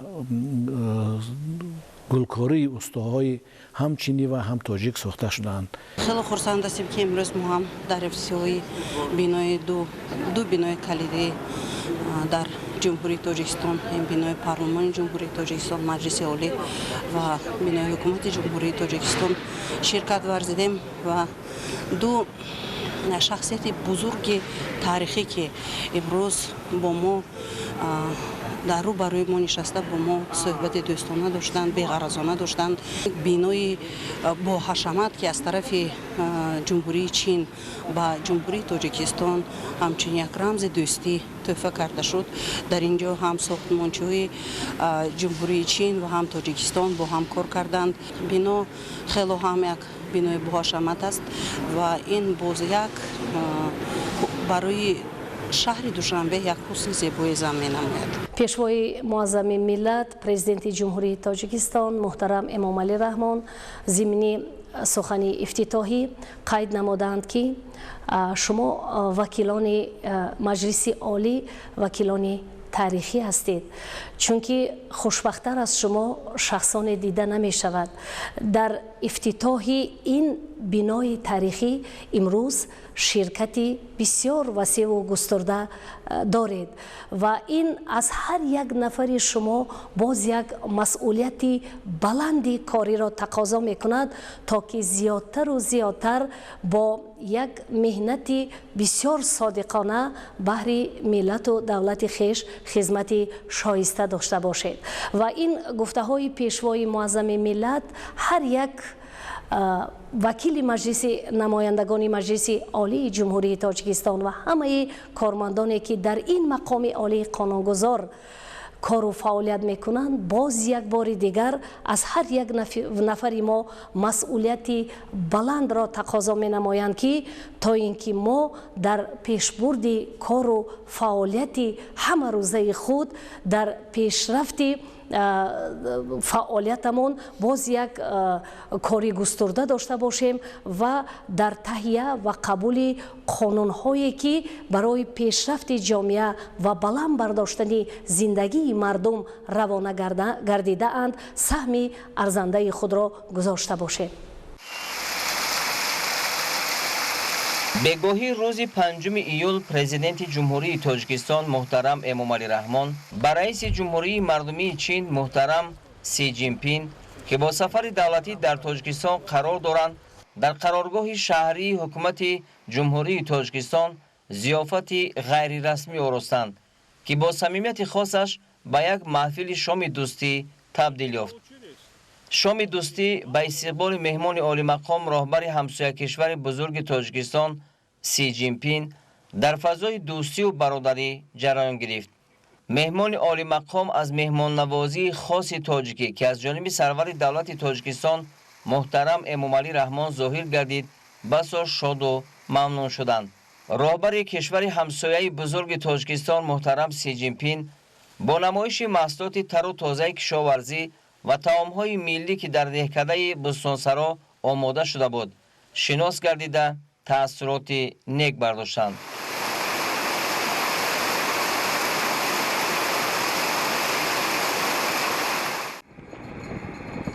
6 июл сафари давлатии раиси ҷумҳурии мардумии чин муҳтарам Си Ҷинпин дар ҷумҳурии Тоҷикистон ки рӯзҳои 4-6 июл ҷараён дошт ба анҷом расид. бо нишони эҳтиром ва самимияти хос меҳмони олиқадр раиси ҷумҳурии мардумии чин муҳтарам Си Ҷинпинро асосгузори сулҳу ваҳдати миллӣ, пешвои миллат, президенти ҷумҳурии Тоҷикистон муҳтарам Эмомалӣ Раҳмон гусел намуданд. роҳбари кишвари ҳамсоя баъди анҷоми сафари пурмаҳсули давлатӣ бо таассуроти нек аз меҳмоннавозии тоҷиконаи пешвои миллат муҳтарам Эмомалӣ Раҳмон аз шаҳри Душанбе ба шаҳри Пекин баргашт. хотиррасон бояд намуд ки зимни ин сафар мулоқоту музокироти сатҳи олии Тоҷикистону Чин вохӯрии сарони давлатҳо ва ҳайатҳои расмии дуҷониб баргузор гардида аз рӯи натиҷаҳои он 29 санади нави ҳамкорӣ аз ҷумла ҳуҷҷати муҳим изҳороти муштараки ҷумҳурии Тоҷикистон ва ҷумҳурии мардумии Чин оид ба таъмиқи минбаъдаи равобити стратегии ҳамаҷониба дар марҳилаи нав ба имзо расид. рӯйдоди таърихии сафари давлатии роҳбари кишвари ҳамсоя бо ордени дӯстии ҷумҳурии мардумии Чин сарфароз гардонидани пешвои миллат муҳтарам Эмомалӣ Раҳмон мебошад. ин мукофоти олӣ дар таърихи давлатдории Чин бори аввал берун аз кишвар ва он ҳам ба сарвари давлати Тоҷикистон барои саҳми арзанда ва мусоидати бисёрсола дар рушду густариши робитаҳои дӯстии неки ҳамсоягӣ ва шарикии ҳамаҷонибаи стратегӣ тақдим карда шуд. ҳамчунин дар ҳошияи сафари давлатии муҳтарам Си Ҷинпин дар пойтахти кишвар шаҳри Душанбе чорабинии муҳиму хотирнишин ифтитоҳи биноҳои наву муҳташами парлумони Тоҷикистон ва ҳукумати ҷумҳурии Тоҷикистон баргузор шуд ки самараи неки ҳамкории ду давлат ва намунаи олии муносибатҳои дӯстию ҳамҷавории Тоҷикистону Чин арзёбӣ мегардад.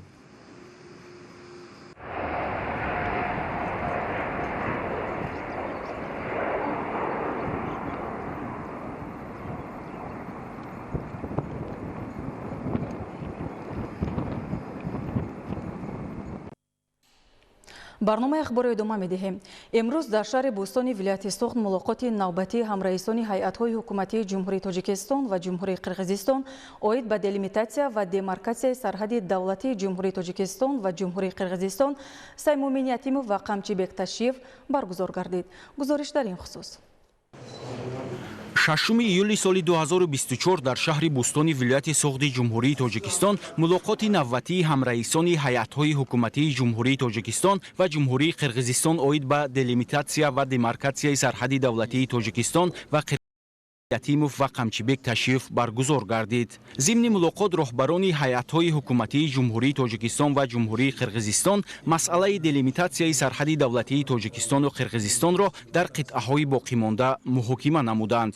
Бо натиҷагирӣ аз вохӯрии навбатии гурӯҳҳои кории топографӣ ва гурӯҳҳои корӣ оид ба масъалаҳои ҳуқуқии ҳайатҳои ҳукуматии Тоҷикистон ва Қирғизистон оид ба делимитатсия ва демаркатсияи сарҳади давлатӣ ки аз 1 то 6 июли соли равон дар шаҳри Бӯстони вилояти Соғд баргузор гардид, ҷиҳати идомаи кор дар ин самт ба ҳайатҳои ҳукуматии дуҷониб супоришҳои мушаххас дода шуд. Вохӯрӣ дар фазои дӯстӣ ва ҳусни тафоҳум баргузор шуд. дар шаҳри Лондони Британияи Кабир Олимпиадаи байналмилалии тинигл аз фани забони англисӣ баргузор гардид ки дар он 46 хонанда аз Ҷумҳурии Тоҷикистон иштирок карда соҳиби мақомҳои ифтихорӣ шуданд. шарҳи бештар дар гузориши ҳамкоронамон. 6 июл хонандагони тоҷик пас аз иштирок дар Олимпиадаи байналмилалии тинигл ва ба даст овардани ғолибият ба ватан баргаштанд. Дар фурудгоҳи байналмилалии Душанбе масъулон ва волидайни хонандагон ғолибони ин чорабинии сатҳи байналмилалиро истиқбол гирифтанд. خوشحال از آن هستم که فرزند من در المپیادای بین المللی که در شهر لندن بریتانیای کبیر برگزار گردید اشتراک نموده در آن سزاوار مدال‌های طلا و جام درجه یکم گردید. پرچم جمهوری تاجیکستان را در بین 12 دولت دنیا بلند برداشت. من از 4 بار سپیکینگ، رایتینگ، دیبیت و کویز اشتراک کردم.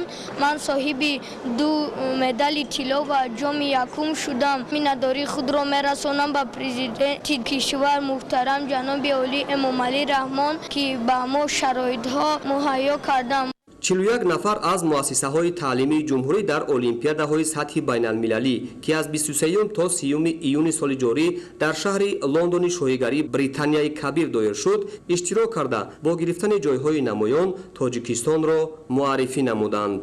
در المپیادای لندن اشتراک کردم و جای سوم را گرفتم. نتیجه هایی که امسال ما از المپیادهای بین المللی به دست آوردیم از نظر به سالهای گذشته دو چند زیاد است. یعنی ما کوشش میکنیم که در آینده هم این نتیجه ها زیادتر شوند. раҳмон Идрис яке аз хонандаи фаъоли мактаби байналмилалии президентӣ дар шаҳри Душанбе мебошад ки бо нишон додани дониш ва маҳорати хуби забондонӣ дар олимпиадаи мазкур аз фани забони англисӣ соҳиби 2 медали тилло ва сазовори ҷои ифтихорӣ гардид. مراتب دوم است که من در المپیادهای بین‌المللی اشتراک کرده و سر بلند بیرق جمهوری تاجیکستان را بلند برداشته به دولت خود می‌آیم. در المپیادهای بین‌المللی لندن که با نام تینیگل میباشد سزاوار جای سوم و 2 تا جای طلا گشتم. ما می‌نداری میکنیم با پیشوای ملت که این خیلی مؤسسه‌های بهترین و همچون رئیس شهر رستم امامعلی برای مؤسسه‌های بهترین کرده و شرایط تحصیل کردن داریم.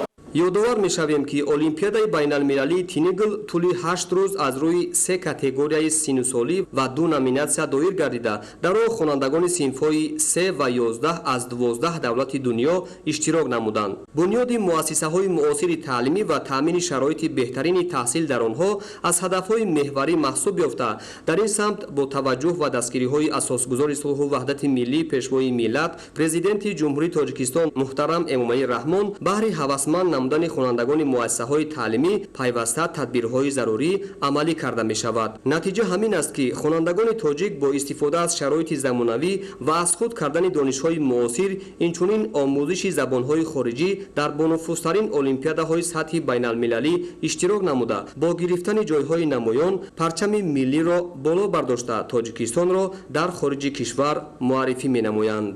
хонандагони мо низ дар ин озмун саъю кӯшишҳои худро нишон доданд ва сазовори ҷойҳои намоён гардиданд. Махсусан Идрис Раҳмонов низ дар синфҳои болоӣ медалҳои нуқраи тилло ба даст оварданд.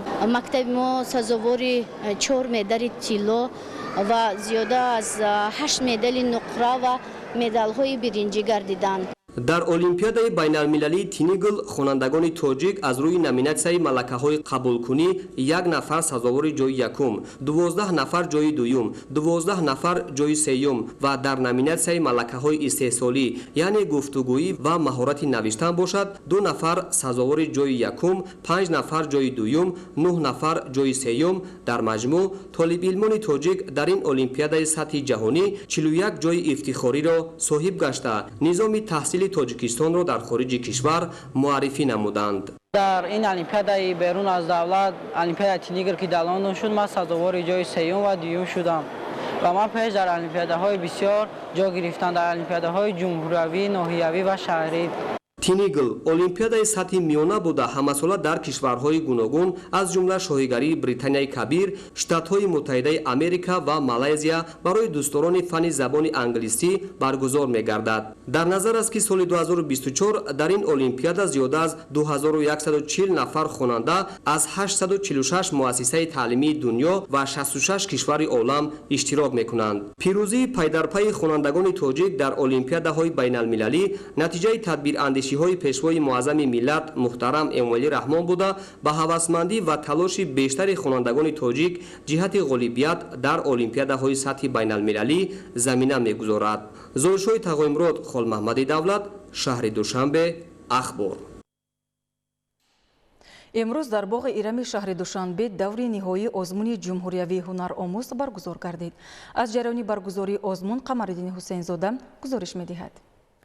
дар даври ниҳоии озмуни ҷумҳуриявии ҳунаромӯз муовини сарвазири ҷумҳурии тоҷикистон Дилрабо Мансурӣ ва намояндагони касби кори гуногун иштирок намуданд. иштирокчиён бо гӯшаҳои ташкил намудаи ҳунармандони мардумӣ ки дар онҳо ҳунари қандакорӣ, чӯбтарошӣ, сабадбофӣ, гаҷкорӣ, оинабандӣ, заргарӣ, мисгарӣ, оҳангарӣ, ороиш аз санг, кулогарӣ, читгарӣ, зардӯзӣ, қолинбофӣ муаррифӣ шуд, шинос шуда бо маҳсули дасти ҳунармандон ки бо завқи баланд офаридаву сохта шуданд баҳои баланд доданд.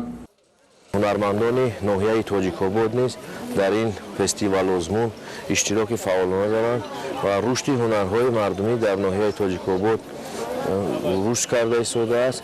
ҳунармандони мо баъди озмун ҷанбасти озмун дар ноҳиявӣ даври минтақавӣ имрӯз дар боғи ирами шаҳри Душанбе ва даври ҷумҳуриявӣ рохат гирифтанд ва имрӯз иштироки фаъолона кардаистанд.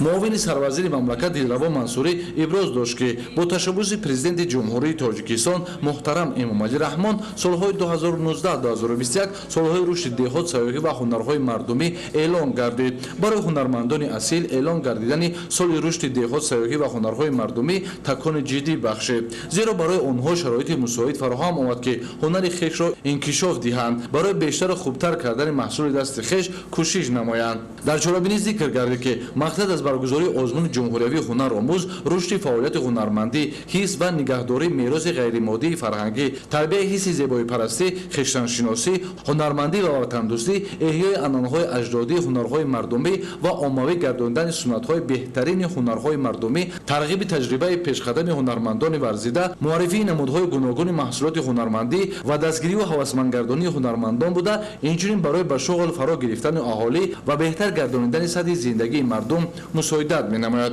мо миннатдорем аз ҷаноби олӣ ки мо занону духтаронро ба ҳунарҳои мардумӣ ҷалб намуда дастгирӣ карда мо 60 нафар духтаронро ман соҳиби ҳунару касбомӯзӣ кардам. ҳозир мехоҳам васеътар намоям, атласу беқасамбофиро давом диҳам ва духтаронро ба ин бисёртар ҷалб намоям. дар фарҷоми чорабинӣ ғолибон муайян гардида ҷойҳои якум, дуюм ва сеюми озмун бо дипломи дараҷаи 1, 2 ва 3 сарфароз гардида шуда бо тӯҳфаҳои молию пулӣ қадрдонӣ карда шуданд. дар шаҳри Душанбе давраи ҷумҳуриявии фестивали яхмост, дуғоб, шарбати мева ва обҳои ташнашикан ҷамъбаст шуд. гузориш дар ин хусус. дар шаҳри душанбе даври ҷумҳуриявии фестивали яхмос, дуғоб, шарбати мева ва обҳои ташнагишикан ҷамъбаст гардид. дар чорабинӣ муовини сарвазири ҷумҳурии Тоҷикистон Усмоналӣ Усмонзода, намояндагон аз вазорати саноат ва технологияҳои нави ҷумҳурии Тоҷикистон, инчунин корхонаву ширкатҳои истеҳсолии шаҳру ноҳияҳои мамлакат иштирок намуданд. нахуст меҳмонону иштирокчиёни фестивал бо намоиши маҳсулот аз ҷумла яхмос, дуғоб, шарбати меваҳои гуногун ва обҳои ташнагишикан ки дар даромадгоҳи боғи кӯриши кабир ба маърази тамошо гузошта шуда буд, шинос шуда беҳтаринҳоро муайян намуданд. мо кӯшиш мекунем ки дар давоми фаъолияти соҳибкории худ маҳсулоти ватании худро зиёдтар бо сифати баландтар истеҳсол намуда дар арсаи байналмилалӣ муаррифгари ватани худ бошем. албатта ба ҳама ташкилкунандагони ин фестивал ва махсусан ташаккури зиёд ба асосгоҳи сулҳу ваҳдати миллии пешвои миллат муҳтарам ҷаноби Олӣ барои ин фазои сулҳу субот ки як фазои мусоиде фароҳам меоварад барои равнақи соҳибкорӣ ва саноати кишвар. зимни баргузории чорабинӣ иброз гардид ки ҳадаф аз баргузории фестивал ин баланд бардоштани иқтидори истеҳсолию саноатӣ, беҳтар намудани сифати маҳсулоти ватанӣ, рушди соҳаи саноати хӯрокворӣ ва содироти ин навъи маҳсулот ба хориҷи мамлакат мебошад. бояд гуфт ки фестивали мазкурро вазорати саноат ва технологияҳои нави ҷумҳурии Тоҷикистон роҳандозӣ намудааст. баъд аз санҷишу аз назаргузаронӣ ғолибони фестивали мазкур муайян карда шуда дар фазои тантанавӣ ғолибон ва иштирокчиёни фаъол бо диплому сипоснома ва тӯҳфаҳои хотиравӣ сарфароз гардонида шуданд. бинандагони гиромӣ, дар ҳамин ҷо барномаи иттилоотии ахбор ба анҷом мерасад. хайр, саломат бошед.